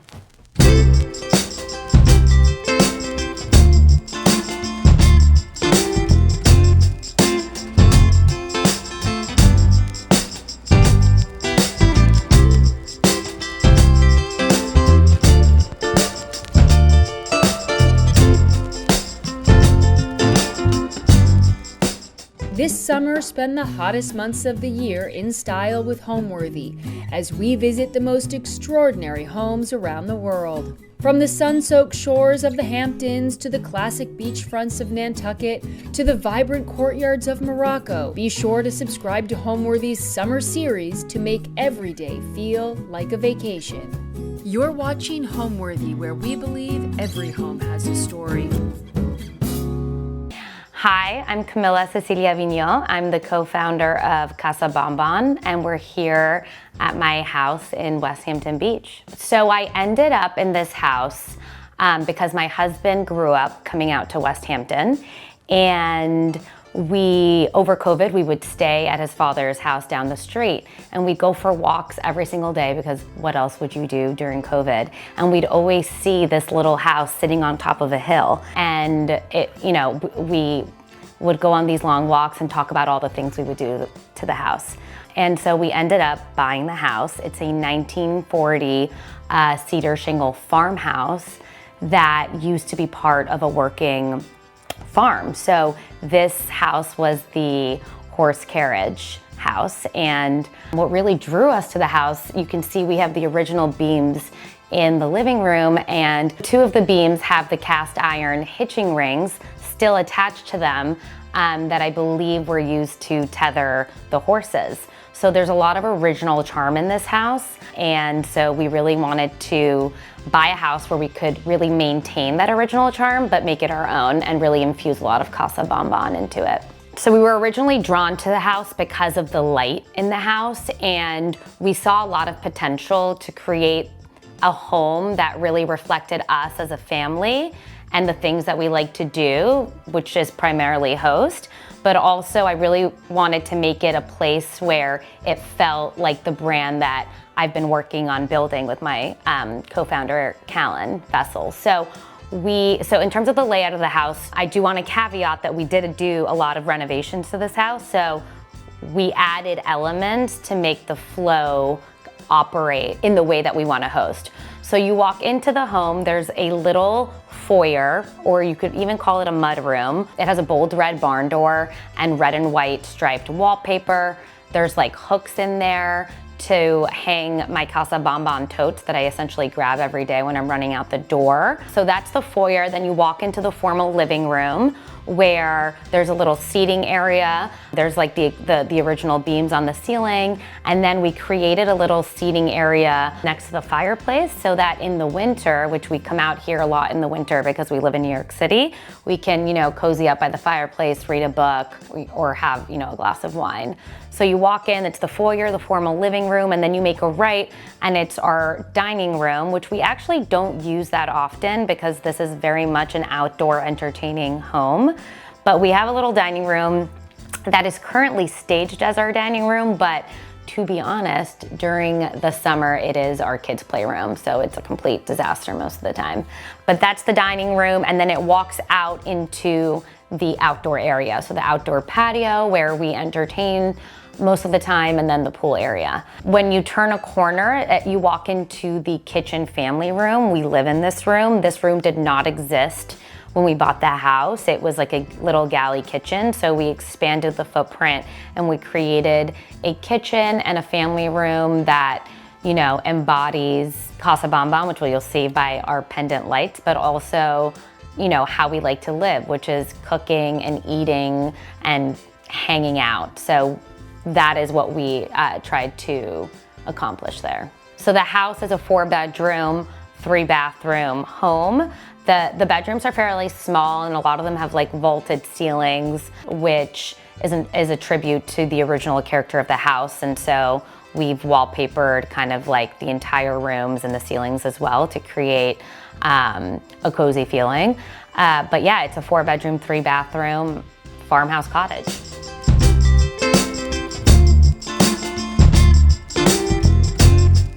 So welcome to my little foyer. We added this into the house as a space to really kind of like take off our shoes and make a mess. But the foyer is really anchored by this red barn door, which we love. And so this red barn door kind of set the scene for the whole foyer. So we added some red and white pinstriped wallpaper that goes all the way up. We did like the molding and the shiplap all red. And yeah, we have some really fun pieces here. So I've added some hooks to hang my Casa Bonbon bags. We also have one of my girlfriend's Kinderbrook baskets. And this is really like every day when I'm running out of the house and need to go shopping, I grab a bag or a tote and go about my day. And then these two pieces here are super special. These are two brass pieces. One's a clock and one's a barometer, and they once lived on my late father's boat. And so it's really special because every time I leave the house, I think of him. I added a little bench here so my kids can take off their shoes with a really fun faded floral block print and a matching Roman shade. And then on the bottom here, we've added 3 little baskets. These I'm sure I got honestly off of Amazon, and really what these baskets have are sunscreen and hats, so that every day when we leave the door, the kids have their sunscreen on and their hats on and they're ready for the day. I truly love what we did with the front closet here. We essentially wallpapered the panels and also framed the doors with red molding to really like tie the room together. So I'm actually wearing a Casa Bonbon Pareo this is the Biarritz, and it comes with a matching tote in both the large or the small size. And I really wear this, every day, whether I'm picking up the kids from camp or heading to the beach. It is a great staple piece in my wardrobe.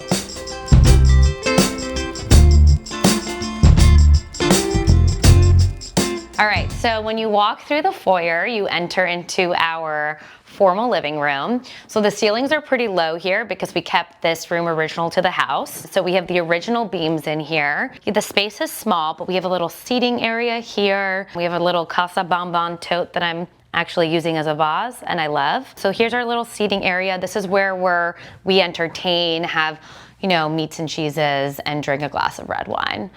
And then if you walk into this little area, we really wanted to create 2 separate spaces, although the room is fairly small. And this area is really what we use in the winter time. It's really just to sit and, have a hot coffee or a glass of wine. Clearly, we love to have a glass of wine, and we just light the fire and read a book, which is super special. And a lot of the things that you see here, I've actually purchased in antique shops. The wood tin antique shop. Our fireplace screen we picked up at an antique shop, as well as our fireplace tool set I got at an antique store very nearby. And then this little corner, it should be a full bar, but my husband loves to drink a glass of whiskey, so I picked up this table at an antique shop. We have a little whiskey decanter here with some glasses, and these are actual little cocktail stirrers, but are golf clubs that were gifted to us at our wedding. And there's also a cup of mate, and mate is a specialty drink that we drink in Argentina, which is where my father's from. You really drink it summer or winter by the fire, and it just is supposed to provide energy, healthy energy, and we love it. And then lastly, I just wanted to chat about these chairs. These are some fun gingham chairs, and what I did was I created some Casa Bonbon matching gingham rounded flute sconces to go on the wall. So the area that gets the most use is this sitting area. When we're talking about this room specifically, my husband and I, Christian, come down here every morning, have our morning coffee on this couch while our kids play in the playroom. And yeah, we love this room. It's small, but it's mighty, and it's super cozy. Okay, so this is a little skirted rattan ottoman that I love, and all I've done is layered books on there. Normally I would have a little bit more trinkets, but I have 2 toddlers that love to grab everything, so I try to keep it clean. Again, I have, our Casa Bonbon tote that is currently being used as a vase, and all I really have is, a coaster, some fun, formal coasters, a little catch-all that can be used for an ashtray or just to put some nuts in there. It looks a little bit like an altar table, but it's really just a console table, and I'm framed it by things that I picked up at the same antique store, this mirror that matches the table, and these really cool candelabras that are on the wall. So yeah, it just adds like a little cozy element. You can see that I've burned through the candles because when I host, I always light these to add warmth to the room. My design style is very relaxed, yet with a traditional twist. I like to take a lot from, vintage European countryside homes, but also add an element of coastal ease. So when you look around the house, there's gonna be a lot of faded florals, a lot of block prints, a lot of rattan, a lot of gingham, and those are the palettes that really evoke tradition with that vintage twist.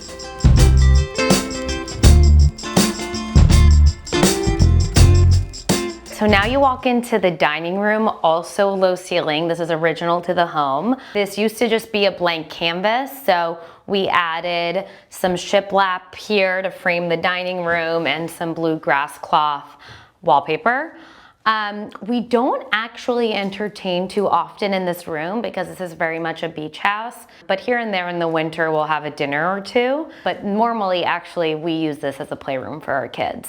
But it can operate as a dining room, and again, in the winter, it creates a really cozy area to sit and eat. If you look at the table, we have our Casa Bonbon Flora napkins, which we love. And it's all really tied together with the blue and greens to really match what's going on, or to contrast what's going on in the dining room. And there's a lot of rattan elements. To be honest, this house is very much like a hodgepodge of things I've collected over the years. And I did the house myself, so some things, one could argue that there's too much rattan in this room, but I think it kind of goes together, and it's fun to contrast the wood with the blue. These doors were here originally, there's two windows framing a door, and we have these really large vases here that were actually my husband's mother's vases that are super special to us. And in the summer, a lot of times we have it planted with florals, but we really think they go really well in this room, given the blue contrast. So we normally don't entertain inside. We spend most of our time outside. So let me take you outside. Started my career working in finance and business development, and I worked in finance and BD for over 10 years, but I was always craving, a creative outlet to kind of have fun and explore my creativity. So when I lived in London, I met my current business partner and one of my best friends, Callan Vessels, now Callan Connor, and we just shared a love for entertaining, but also creating, houses into homes and adding elements that just made everyone instantly feel warm and welcome. And so when we were in London, we always talked about potentially creating a brand together, a lifestyle brand together. And when we got back to the city, I had just had my first son, Axel. It was 2021, and we launched Casa Bonbon. So Casa Bonbon was born out of the desire to really celebrate tradition, but with a sense of play. So we launched Casa Bonbon initially with homeware products. So we did a rounded flute lampshade with matching pillows, because we always felt that lampshades and pillows kind of tied a room together. But as the brand has evolved, we now do tabletop. So we have tablecloths, napkins. We also have expanded into tote bags, which are our best-selling item, and matching pareos for the beach. So we're really creating a brand that kind of evokes everything that I've talked about, which is tradition with a sense of play, but also products that if you're entertaining, you're going to make your house feel like a home and your guests just feel welcome and ready to, party.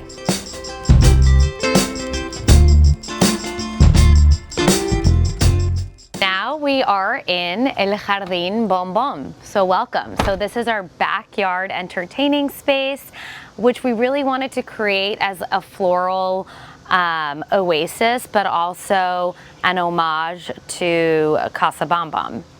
I want to start off by saying that this backyard space was a dense forest that looks like the forest next door to us. And so we really cleared it all out, and we wanted to create an entertaining area that's still true to the house. So nothing like massive or extraordinary, but something super cozy and something where we could really add a lot of our Casa Bonbon elements. So we have two little seating areas here. Here's a little French-inspired cast iron seating area where we took our Casa Bonbon fabric and created some really fun cushions. And these, the seating area is framed by 4 topiaries to kind of like separate the space from the dining space. This is another ginger jar vase that I got off of an auction house. But if you walk over here, so this is the table where we spend most of our time with the kids and with our friends and family.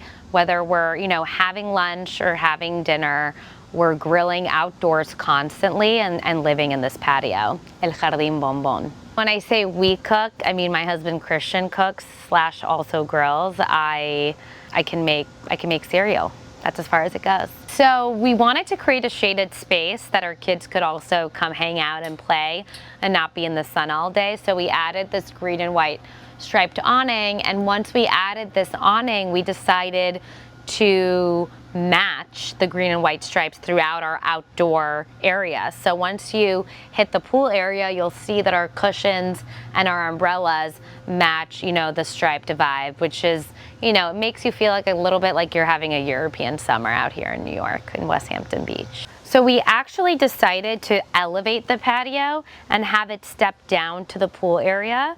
And we just wanted to add more greenery elements, so that's why we did that. So we elevated the patio, then we added a bunch of boxwoods to frame the patio to furthermore enclose the eating space and make it feel more like a floral oasis. I have a 4-year-old and a 2-year-old, so pool safety is top of mind. We decided to create this custom farmhouse fence to really match the farmhouse style of the home, and it encloses the full pool area.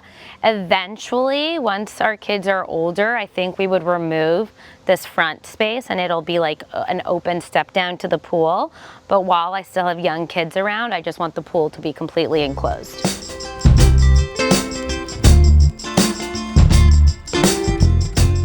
All right, so let me show you the pool. My hydrangeas that are extremely thirsty, sadly, because we've had such a hot summer. So this is the pool area. We created a fairly small, but I think, I wish I knew the measurements, but it has stadium steps and it's perfect for the kids. I wanted the pool to be fully enclosed in grass, but then I didn't think it would be that practical with the kids. So we added some patio area, but we also kept a lot of greenery. So we have, like I mentioned, the green and white pool chairs with the matching umbrellas on either side framing the pool. And if you come over this way, we have a little hangout area out here in the back, again framed by more blue hydrangeas. Clearly they're my favorite. And this is where we like to have a cocktail actually once sunset starts happening. So like 7 p.m. once the kids are in bed, my husband and I will come sit in the back here to really enjoy a cocktail and, you know, talk about the day, but just to like utilize the space that we don't normally utilize throughout the day. We've put a lot of thought and effort into the landscape and the gardening. We had to put in this retaining wall over here, so I wanted the retaining wall to be framed by blue and purple hydrangeas, and they were in full bloom in July. Now they're, you know, looking a little sad, and we've had a really hot summer, but normally it's extremely beautiful. And we've added, you know, some trees, and we have a lot of lighting out here. So at nighttime, all of the trees and the plants are lit up to really create that floral oasis. And if you walk over this way, I just added recently this hydrangea tree that I absolutely loved, and it's currently in full bloom, and it's framed by some grasses, but you know, these are my favorite kind of trees. And I have another one that frames the patio area, but it was completely destroyed by the deer. So we need to figure that out. But yeah, I know I love hydrangeas, and I love anything that's like full and makes the space feel full and floral. So one of the reasons why I love planting hydrangeas throughout the house is because when I don't have time to go to the flower shop, I can cut a bunch of the hydrangeas and just like place them in the guest bedrooms or at the dining room table when I'm entertaining. And they're so beautiful. When it comes to hosting, I would say there are like 3 tips. The first one I'll combine, and it is you really want to set the tone as a host and set the tone of the table. So as a host, and by the way, I don't do this perfectly. I've learned a lot through how my friends host, how my parents hosted, but it's really about being calm and at ease and not frazzled or stressed, because you really want to set the tone for the night, right? You want everybody to have a good time and relax. And also you really want to set the tone by setting an incredible table. So, you know, staying true to our brand, I always really want to create a table that is really fun with like mixed matched patterns and mixed matched glassware, but it's all tied together through elements of Casa Bonbon, like our matching napkins and tablecloths and light. And so that I would say that's the first tip to hosting. The second one is lighting. I think lighting in the house and outside is super, super important, and it sets the tone for how the night's gonna go. You obviously don't want the house or wherever you're eating dinner to be super bright, and you want your house lighting to really complement your table lighting, which is, you know, the candles that you have on there. And thirdly, let me think. I mean, honestly, music. So if you ask anybody who's come to a Trends dinner party, you will find out that we normally hire this one-man band, his name is Seth, to play some live music for us. And what ends up happening is everyone has such a good time that it becomes karaoke. So, you know, the goal really is for everyone to just like let loose and have fun. And so I think by tying together those 3 points, you can really achieve that. What I would say I love most about the house is the way it feels during golden hour. The light really coming into the house is super special. And when I see my kids running around barefoot through the light, it's a really special moment. But also I think I love the like equestrian roots that it has. It brings a lot of charm to the home. You know, we affectionately call the house the Trun Stable, which is my last name, given the roots that it has being a carriage house. But back patio and pool area, you know, have taken a name of their own. We call it El Jardín Bombón to kind of attribute not only the brand that we've built, but also the fact that and you'll see this in the tour, we've tried to create a very like special floral oasis, so that when we're sitting out there by the pool or entertaining, you feel like you're not really in New York and you're somewhere away, you know, enjoying the sunshine. So what I love about the house is obviously original elements, like I mentioned, lighting, and the history of the home, but I feel like what we've created is like a special oasis for my family to grow, and that's really special to me. Okay, so we've just finished up El Jardín Bombón and our pool area, and now I'll take you to the kitchen family room where we spend most of our time.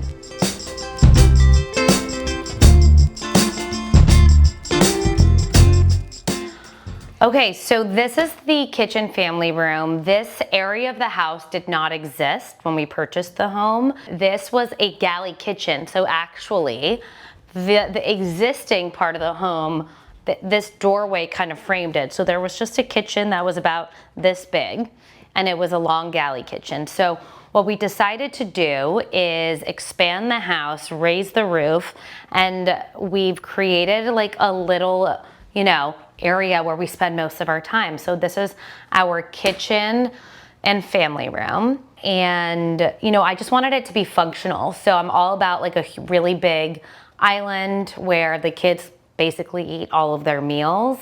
The island is framed by Casa Bonbon rounded flute lampshades. We actually created these pendant lampshades first for our friend's restaurant in Little Rock called George's, and then I decided to replicate them for my kitchen. I did the blue because we have a really fun blue Smeg fridge over here that just gives it that like vintage and authentic vibe. So we have a little bit of like a blue theme going on in the kitchen. There are other elements in the kitchen, you know, that I love. We decided to do a little bit of a backsplash with the leftover counter top material that we had, and then we did some like shiplap backsplash. And then there's like, you know, little things here. Like I just actually thrifted this when I was in London and Notting Hill, and it just creates like a cozy element to the kitchen. And then I actually got these hand painted little fish that I want to just like add to the backsplash here to just like make it more fun and full and playful. Like I mentioned, our kitchen was a galley kitchen, but the one thing that we kept from that kitchen was this original farmhouse sink. So I made sure that the, you know, contractors didn't throw this away, and we built it into our new kitchen, and we love it. I just feel like, again, it's an ode to the farmhouse history of the Trun stable. So another element of the kitchen that's not been completed, but I'm really excited about, is I'm having a friend hand paint like large scale like onions and radishes and these like really fun vegetables that are going to frame the top of the window area, and then also frame the basically the entire top of the kitchen area. And I think it'll really tie together the kitchen, and furthermore separate it from the family room. I don't know if I've mentioned this yet, but you know, the house, I basically designed it myself. I had some help from my business partner, Callan, but you know, nothing is really designer here. Everything I've just like collected from places, or I got it on Etsy. Like these curtains I got on Etsy. They're super fun. And I decided to use the leftover wallpaper from my bedroom to frame the arched built-in bookshelves that we have here. And so once I did that, I decided to get fabric and make a cushion and add like, you know, these little pendant legs here. And I think it really ties together the room. These prints I recently hung. I picked them up in Notting Hill as well. And you know, just the more the merrier. I'm like, I want things to clash. I want a lot of like flowers, and I want a lot of rattan. So I just feel like the more the better. We custom built these arch built-ins, and we wanted them to obviously look beautiful but also be super functional. So the bottom of the built-ins is basically all toy storage. So it is just stuffed with the kids' toys, but you know, when anyone's coming over at the end of the day, I can just throw everything in there and it looks like nothing ever happened. And you know, I have some fun elements on the bookshelves, like these books I got from an antique shop. Here's a photo of my parents, and on the other arched bookshelf we have a photo of my husband's parents. Over here we have a little fun artichoke ceramic piece that I also, this one I actually thrifted, as well as this one. And we have some beautiful bone inlay vases. That's my friend's company. And yeah, it's just like little pieces that I've collected here and there. It's definitely not finished, but it's a work in progress. The biggest compliment that somebody could give me when they walk into my home is that the interiors look put together and fun, but it's also just like super comfortable and easy to live in.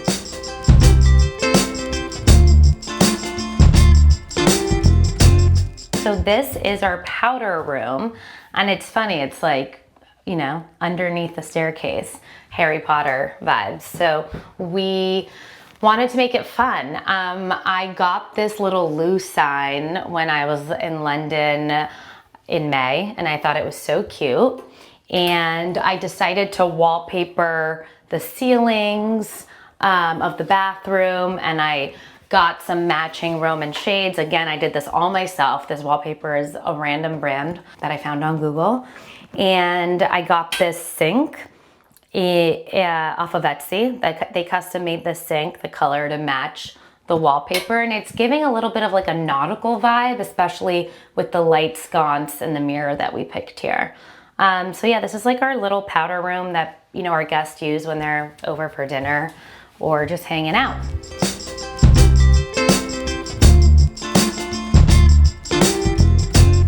So, like I said, I'm very impulsive in terms of like my interiors. I'm not like really thinking about whether something's gonna match or not.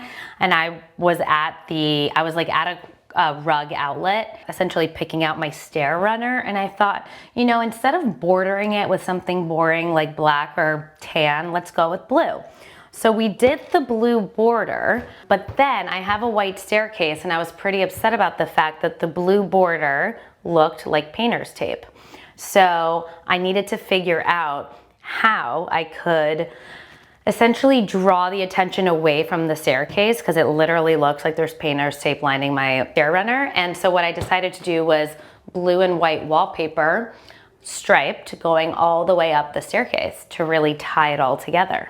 All right, so when you get upstairs, this is like a little landing that we have here. Again, I decided to do blue and white striped wallpaper, and if you can see, it actually goes all the way up through the ceilings. We kept the original beams. I painted them white, which I know is a little sacrilegious, but it just kind of like wasn't working with the original wood color.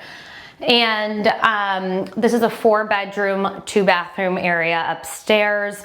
All of the doors are like original barn doors. So for the extension, which this leads into the extension, we had to like replicate the doors so the house matched. I'm not gonna show you all the bedrooms because they're not finished, but I'll come show you one of our guest bedrooms. So I really wanted to pick like a fun block print cozy wallpaper. And the wallpaper is they make amazing wallpaper. It's Les Indiennes. I think I'm pronouncing that correctly. I might be butchering it. But they have really fun wallpaper, and they kind of like print it bespoke for your project. So like no sheet of wallpaper is essentially the same, but I love it in here. And I found some pillows that kind of like go with the vibe. I'm pretty sure those are Etsy. But it's a fun little cozy guest room. We decided to keep like the original doors, the barn doors, but the insides of the closet are all custom and redone. So when guests come and they have a comfortable space to hang their clothes. So then you walk into this little ensuite guest bathroom. This was actually existing to the house. We just kind of like renovated a few things, but it has a shower and a tub. We added in this fun sink and mirror, and then I got some sconces because again, lighting is everything. And we had some leftover wallpaper, so it really like frames the bathroom and it ties it together with the bedroom.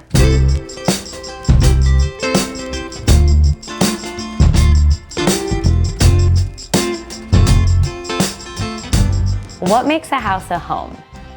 So I think it's, obviously there's an element about the interiors and every corner telling a story, but really what it's truly about is like where your family and friends are gathering, where, memories are being made, like where my children are growing up and where they call home.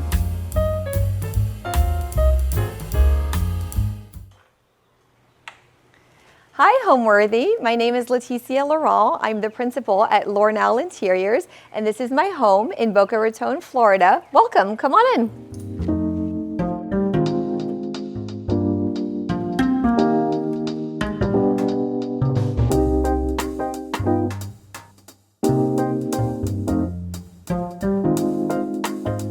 You're watching Homeworthy, where we believe every home has a story. If you're looking to make your own space more homeworthy, we've teamed up with Cherish, our go-to online destination for chic, one-of-a-kind finds, sourced from the world's most wonderful vendors.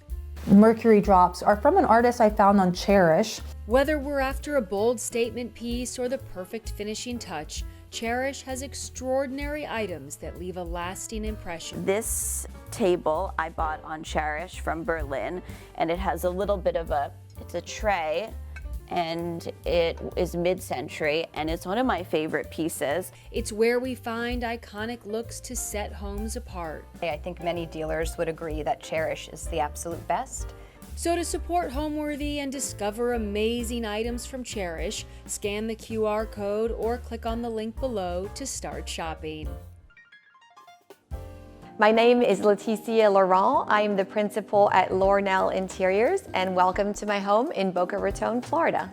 I moved from Paris, France to South Florida. I wanted a sunny environment and fell in love with this piece of land.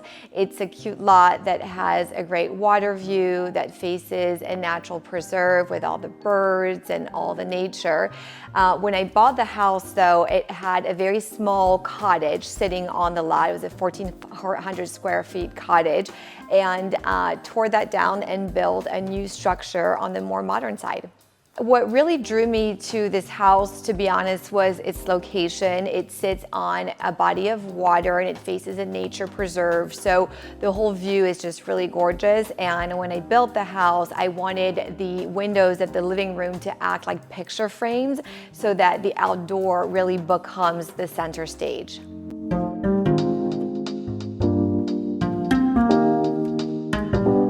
Welcome to my living room. This is one of my favorite spaces in the house.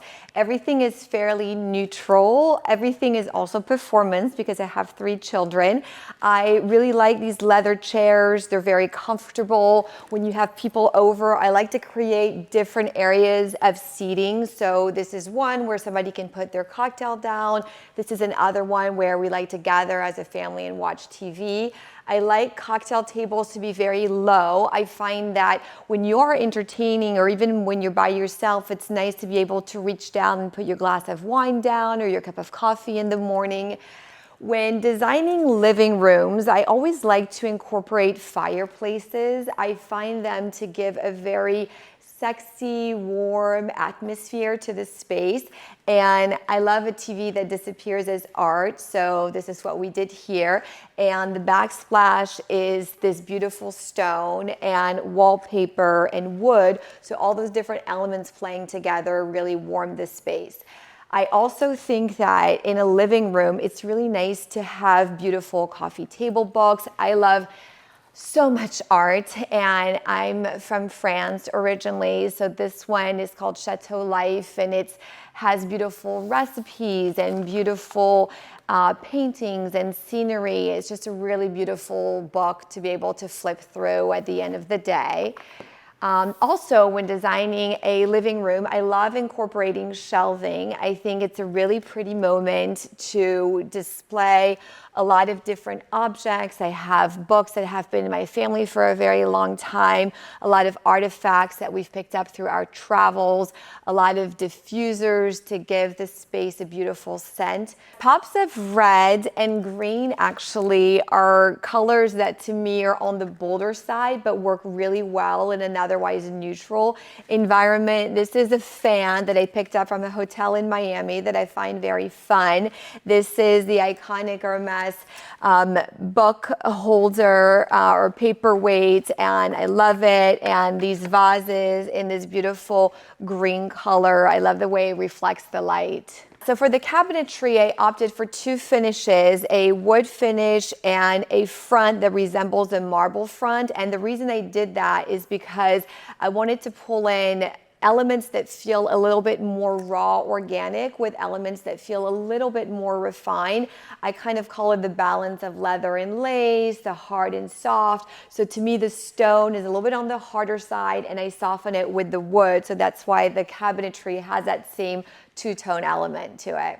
For the curtains, I always love to add drapery pockets everywhere I can. So when we built this house, I made sure all the rooms had drapery pockets so that the drapes feel like they really disappear into the ceiling.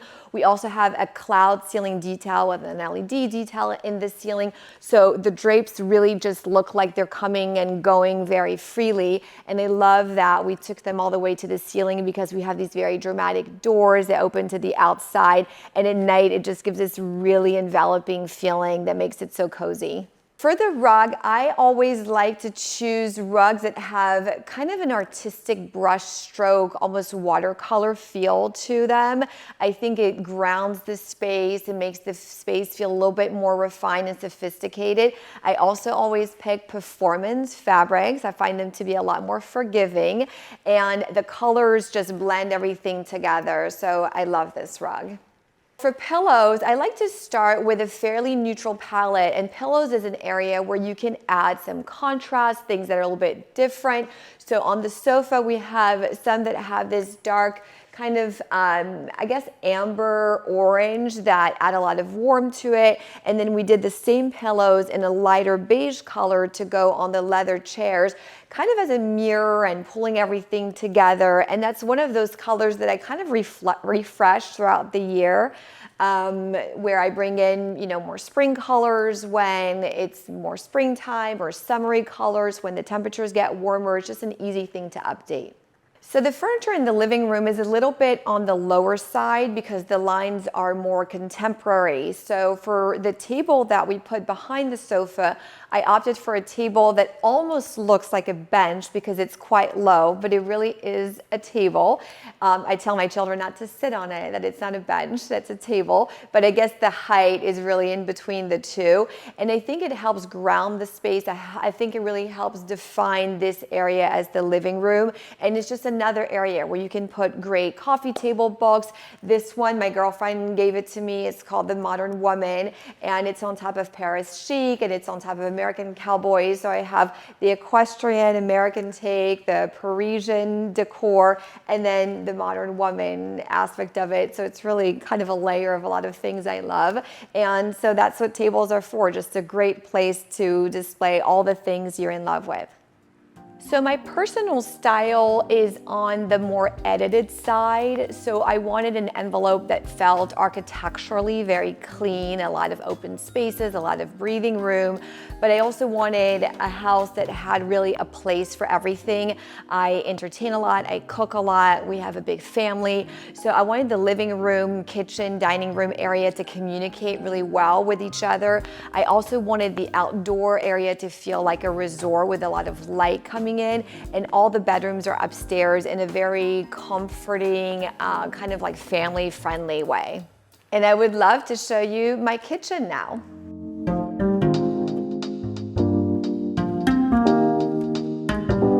Welcome into my kitchen. So for the kitchen, I decided to keep everything very streamlined. It's actually a fairly large space that packs a ton of storage, of a lot of cabinets, and I wanted everything to feel concealed, like it disappears. So that's why on the cabinets, for example, I opted to not have any hardware. I find it to be really easier on the eyes. All the cabinets open and close this way. All the drawers have a nice soft close touch to them. I just think the lack of hardware makes it a lot more seamless and disappearing. The finish on the cabinet is called cashmere, and I love this color. It's this kind of soft with a very slight pink rose undertone beige color, and I find it to work in a lot of different environments. For the stone, we picked this stone by Constantino. It's called Decton Laurent, which happens to be my last name, so it felt very serendipitous. And I love the dark black with these gold veins through it. I just find it to be very modern and stark, but adding that element of warmth. I love to incorporate upper cabinets with lights in them. These are quite high, so they might not be for things that you reach every day, but I do feel that they add an element of glam to a kitchen. I display bowls in there and, things that I pull out maybe during the holidays, but at night especially, that light looks really pretty in those glass cabinets. I think in a kitchen, it's really important to pay attention to where the light is coming from and allow for a big window. If you can ideally have a big window right above your sink, looking outside, that's the way to go. You spend more time than you probably want to at your sink, and you want a beautiful view to look out to. I'm a big fan of art, and in France, which is where I'm from originally, you incorporate a lot of art in places that can feel industrial or utilitarian, like a kitchen. So to me, a kitchen is a great place to bring in pottery, ceramics, vases, paintings, and make it look even more lived in. For the floors we picked, I think the tile is 48 by 72 or 48 by 60, but a large format tile to make the space feel a little bit more grand, more modern, very little grout lines. Everything feels very clean and kind of like a slab floor. All right, so I think that if you have the space in your kitchen, you should try as much as possible to have a huge island, because that's where the party always ends up at. No matter how many times you tell your guests to go take a seat in the living room, everybody hangs out at the island. It's also where I feed my kids. It's where I promo my girlfriend's drinks. So I'm a big fan of a big island with lots of seating. My career path, I studied art and design in Paris. I got my master's degree from the Sorbonne. I then moved to the US. I worked at a small design branding agency firm for a couple of years before I started my own firm. And I started very organically. I had always grown up with artistic parents, and in Paris you're surrounded by art and architecture, and I just started helping my girlfriends design their houses. And a girlfriend told another one about me, and then I partnered with an architect and a builder and formalized things and hired people who were amazing and did things that I was not the best at, and just kind of like surrounded myself with stronger, skilled people and grew the firm over time. Next, I would like to show you my dining room.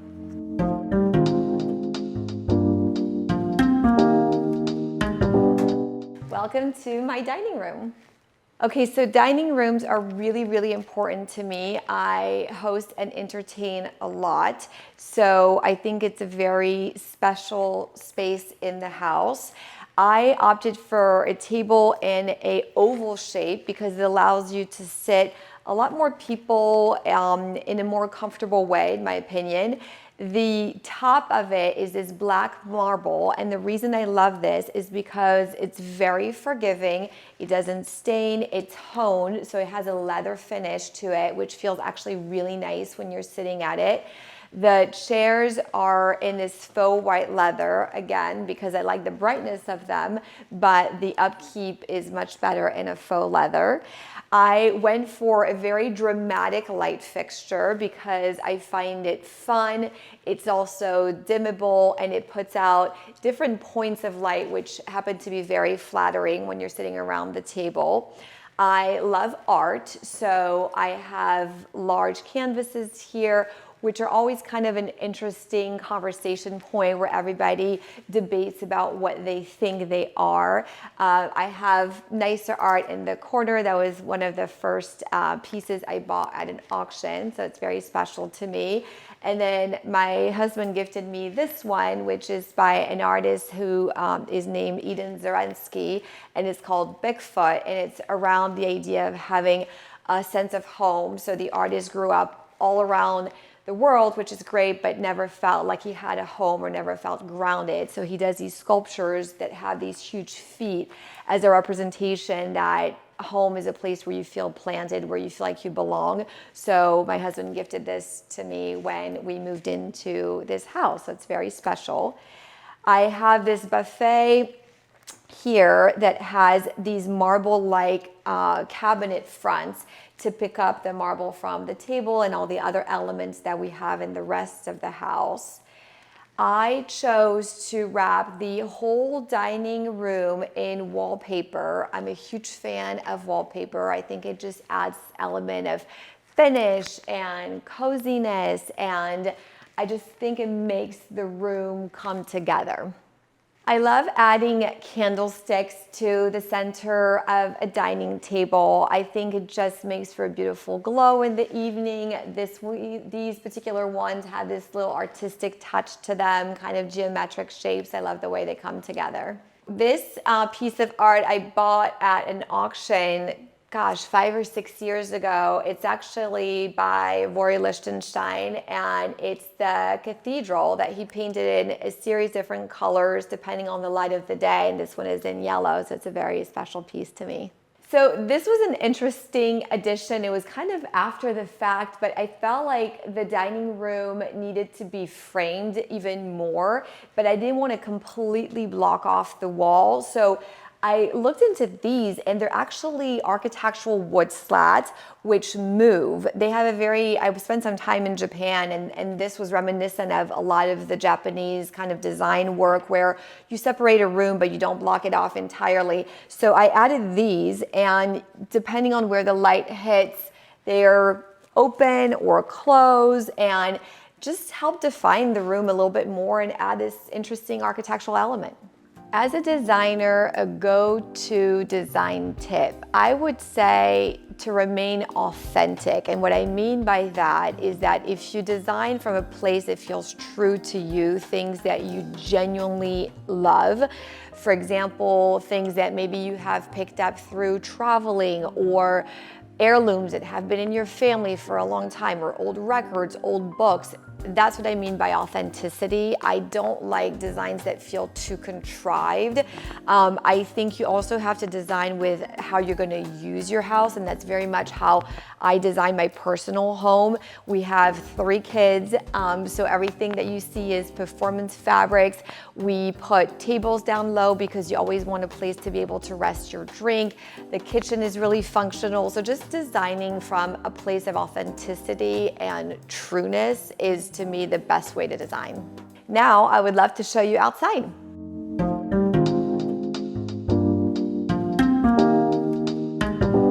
Welcome to my backyard.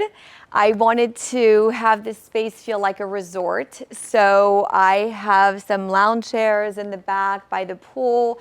I also have a fireplace that we gather around. I built it inside of this concrete structure, and the chairs themselves are also made of concrete, so all very heavy, but we get a lot of winds here, so I wanted to make sure that everything stayed in place. And there's a hot tub on the other side of the pool, and a shower around that corner, an outdoor shower that's kind of concealed behind the greenery, which I can show you, but it makes for showering the kids or even at the end of a party very easy. And then back here, it's a really nice view. We have a dock and all the water view, and all the birds come home in the evening. It's really pretty to watch. This fireplace is a great place to gather at the end of the day. We have grilled marshmallows on it, but it's a place where we talk about the end of our day. We share a glass of wine. We gather around it with our friends. It's a really nice feature, and it looks really amazing when you're in the hot tub and you catch that glimmer of the fire on the backdrop of this view. It's gorgeous. All right, this is my little garden, and I know it's not much, but I'm very proud of it because I've always wanted one, and this is a fairly recent endeavor for me. So I'm sticking to herbs because that's all I can really manage, but I even have lavender. So I've been making cocktails and teas using this fresh mint, this rosemary, this lavender. I have basil, rosemary. I use all of these to cook. My little one, my 3-year-old, is the cutest. He'll come with me and we cut this together. He smells everything. I think it's such a beautiful way to teach your kids where food comes from. And it's very therapeutic for me. At the end of the day, I come home and I start gardening, and I've been loving this. All right, so this is our outdoor living room. I think it's really important to have one of these because you spend a lot of time outside in Florida. I wanted a space that feels very comfortable, where we gather around as a family. We watch football games here. We have a lot of parties. Everything is completely performance, so you can sit with your wet bathing suit and dirty feet and not worry about anything. The table is in that same concrete finish that we have for the chairs by the fireplace. So it's very grounded. It feels very natural and organic, which to me, that's one of the very important things when you're designing outdoor spaces, is that you want the elements to feel very natural, organic, like they belong. So we have a rope detail, for example, on these chairs. We have that same kind of raffia linen detail on the pillows. And then I added a lot of greenery around just to kind of brighten it up and give it that very resort-like feel. So we have this beautiful centerpiece here and a tree in the corner, some shrubbery on the side anchoring the console table, and it all comes together. Welcome to the outdoor dining space. I entertain and cook a lot, and in Florida we spent a lot of time outside, so I wanted a dining table that was really large to accommodate very large parties. When the weather is right, we've actually even hosted Thanksgiving dinners out here because we have so many people inside that we need the outside table as well.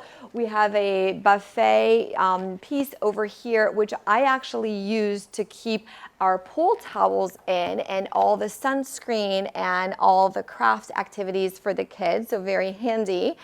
And back this way, we have an outdoor kitchen area, which is so convenient because I'll keep drinks in the fridge when we're having parties and use the grill and cook, and everybody who is in the pool can also come over. We use this space a lot. Do I have a go-to meal I like to cook when hosting people? I would say that the French girl in me loves to make a coq au vin. Anything that's kind of like a stew with a good French sauce is very popular. But because we live in Florida, I do a lot of things on the grill, whether it's grilled swordfish, which I love to make, with grilled asparagus and broccoli and vegetables. So I use this a lot too. I love to entertain, and I wanted a house that felt very open, where all the different spaces talk to each other. So in other words, if you're having a dinner party, you can also talk to the people who are at the kitchen island, and maybe there are a few more people in the living room having drinks. I also wanted the outdoor and indoors to communicate really well. So that's why we have these big glass doors that open up to outside, so you can be having a pool party while also going inside. So yes, all about the open spaces and then entertainment space. What I love most about my home is probably two things. I would say the color palette. I find it to be very soothing. I went with finishes and textures in the beige tones and creamy whites, and then there's that black marble, the black stone that provides a little bit of contrast. So I love the way the colors feel in the house. I also like the layout of the house really well. We have a busy family, and it's really nice that the primary suite is upstairs, tucked away in its own area. And I love how there's an office on one side, the guest suite is kind of on the other side of the house, the kids' bedrooms are upstairs. It feels like everybody has a space to kind of disappear in. All right, and next I would love to show you into my primary bedroom.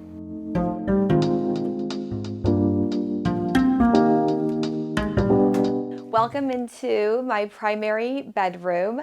When designing this space, I wanted to feel like a hotel suite. I wanted everything to disappear and feel very integrated, which is why I did an integrated headboard here with floating nightstands and pendants, so everything feels very off the floor.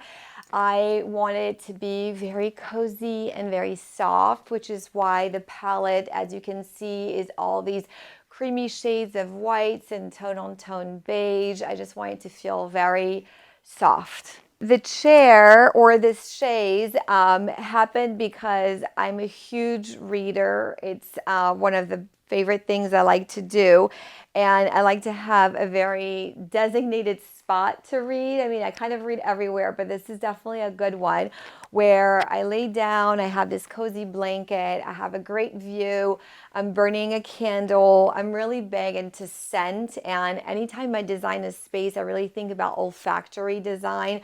So that's how you bring scent into a space. In the bedroom, I like scents that are a little bit softer, a little bit more feminine. So I burn vanilla and roses and just lay here and open up my book and disappear for the day. This light fixture, it's actually called Bubbles because it looks just like that, like little bubbles that are about to pop, and it feels like a piece of jewelry and something just really fun in the bedroom. Bedding is definitely an area I like to splurge on because you spend a lot of time in bed, or at least I do. So this particular bedding is by Frette, and the thread count is quite high, but it's really worth it, I promise. It has a little bit of an equestrian detail to it because I'm a huge horseback rider. I think the colors are very soft, very chic, and you just really want to curl up in it at the end of the day. So at the foot of the bed, I created this mini living room or little sitting area. And I kind of joke with my husband because I have this whole vision of, we're going to have these. And as I'm getting ready, you can sit here and sip on your cocktail in front of the fireplace and wait for me to get ready. And he looked at me like, we have 3 kids. When has that ever happened? So it hasn't really happened yet, but I find it to be very pretty. We've made a conscious effort to get there at some point. So just like in a living room, wherever you can incorporate a fireplace into a bedroom, I think it's a great idea. It gives this element of coziness and sexiness and just creates a mood. So here we have this fireplace. I added this floating shelf above it to anchor and separate the TV from the fireplace. I added wallpaper in the entire primary suite to give it that extra luxe, extra enveloping feeling. And then over here, people always ask me what these are. They don't serve any purpose. They're not acoustical panels. They're just decorative. And again, to me, help separate the entrance to the room. There's no really door to it. The door is further set back into the suite. So this just visually helps ground the space and starting point and end point.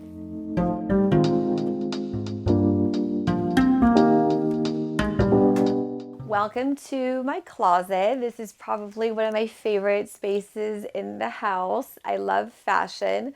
I think every French girl does, but I've always had this passion for it. So I wanted to have a large closet with a center island that I covered in this white marble and white roses because those are my favorites. And all these little drawers here contain smaller items. And then I added a shoe display here and more hanging space there. And yeah, it just makes me very happy to get ready here in the morning. I love adding pretty light fixtures in closets. I think that closets can be overlooked, and to me, they can have such a moment, especially over an island like this. So in this particular case, we picked a chandelier that has this Art Deco cut crystal detail to it. So I find it to be modern, but still very glam and very fitting in a primary closet.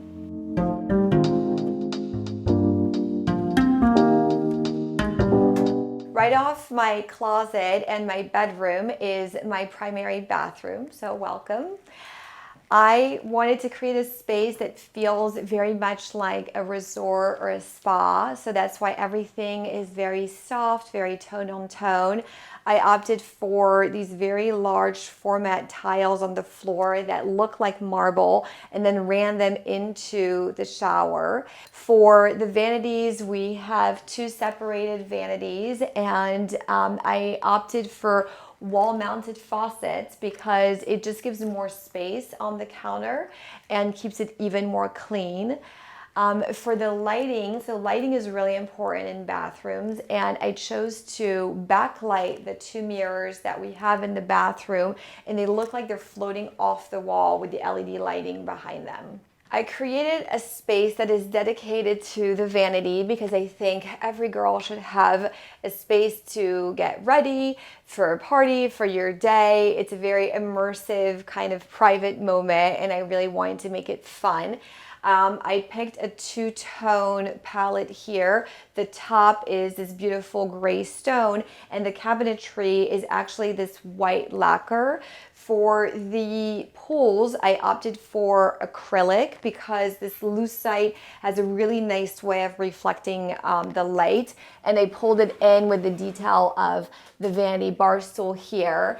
It's very practical too, and everything just disappears, and it's just a great place. You can have all of your makeup really well organized. You have, I have my hair products down here, all the different makeup brushes, a magnifying mirror, all my beautiful perfumes. So I don't know, I just think it's very kind of like sexy and private, and I love this little space.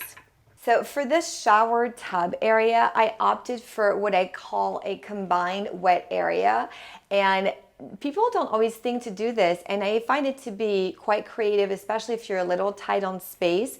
So you step into, which is essentially a very large shower, and in it you have your floating tub on one side, and it almost feels like a sauna room. This happens to be a steam shower, so it's like a steam room, but I find this to be such a creative take of the space. I think what gives a home a soul is designing with a sense of purpose of how you're truly going to use your house.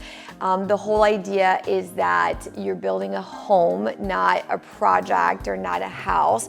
So you want to be able to build memories in it. A comfortable chair to sit in, a sofa that sits the whole family, a cocktail table that allows you to put your drinks down on, a dining room table that, while beautiful, you're not afraid to scratch and you want to entertain at. I think a home should really be the canvas to live within. So don't be afraid, just go for it and use it and build memories.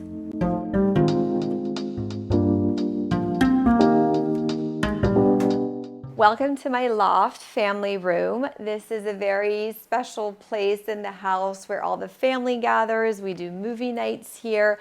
I wanted this space to feel very, very comfortable. So everything is performance.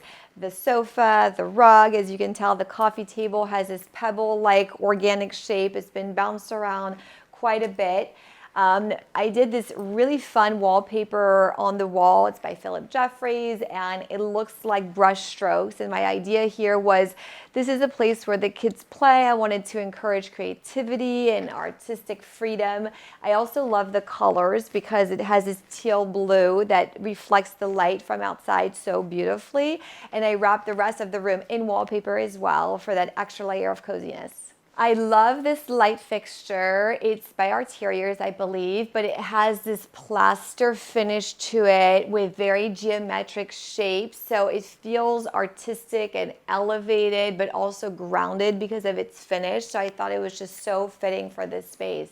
This room is all about coziness. So we have a lot of blankets, the boucle finish of the sofa, and the rug has this beautiful sheen. It feels amazing on your feet. It's really cozy, and I love it. I incorporated this L-shaped built-in in the family room with shelves on one side. It's a great place to display all of our family albums. The kids actually go through all of these all the time.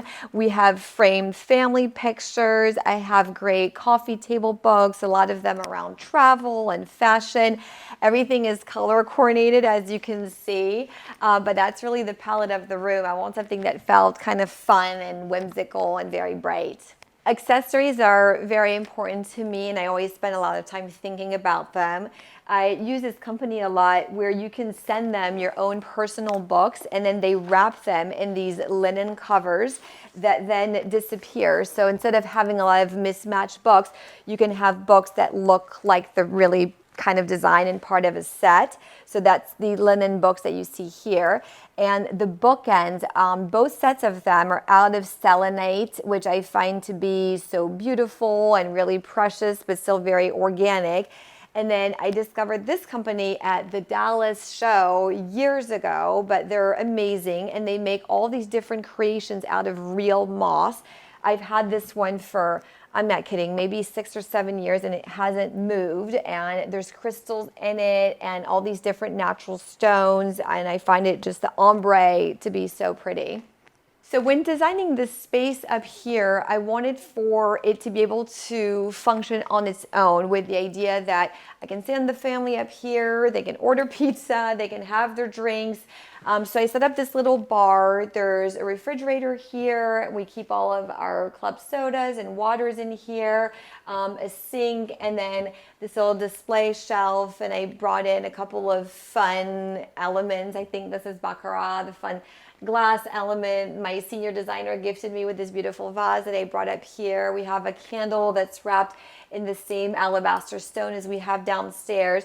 And this is the same stone actually that's on my island in my closet. I covered it with a film that you can't see to make it that much more resistant to bar use.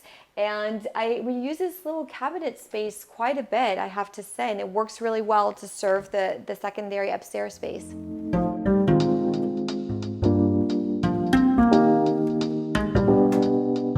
All right, welcome into our office. I really enjoy this space. It's a great room to disappear and work in. I created 2 designated working areas, so with a very large countertop so you can really kind of spread out and be comfortable. I love the rug. I find it to be very fun, obviously very feminine, but it adds a touch of whimsical in an otherwise pretty serious environment. The wallpaper has that same kind of free flow, almost like dancing-like element to it. The sofa doubles as a pull-out sofa bed for when we have extra guests who come over. I mentioned I was a really avid reader. This is another spot I love to be in.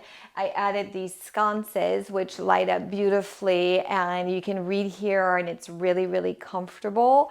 I have a piano in the corner here, which we're just teaching my youngest, and I hung this picture of Bo Simmons, who's a photographer I really love, and it's 2 horses in front of a fashion store, so it really spoke to me. The palette in this space is really special. It's a little bit on the moodier, darker side, but I've balanced it with elements that are a little bit lighter, like this light, for example, that's a mix of alabaster and brass. It makes the whole space feel really cozy.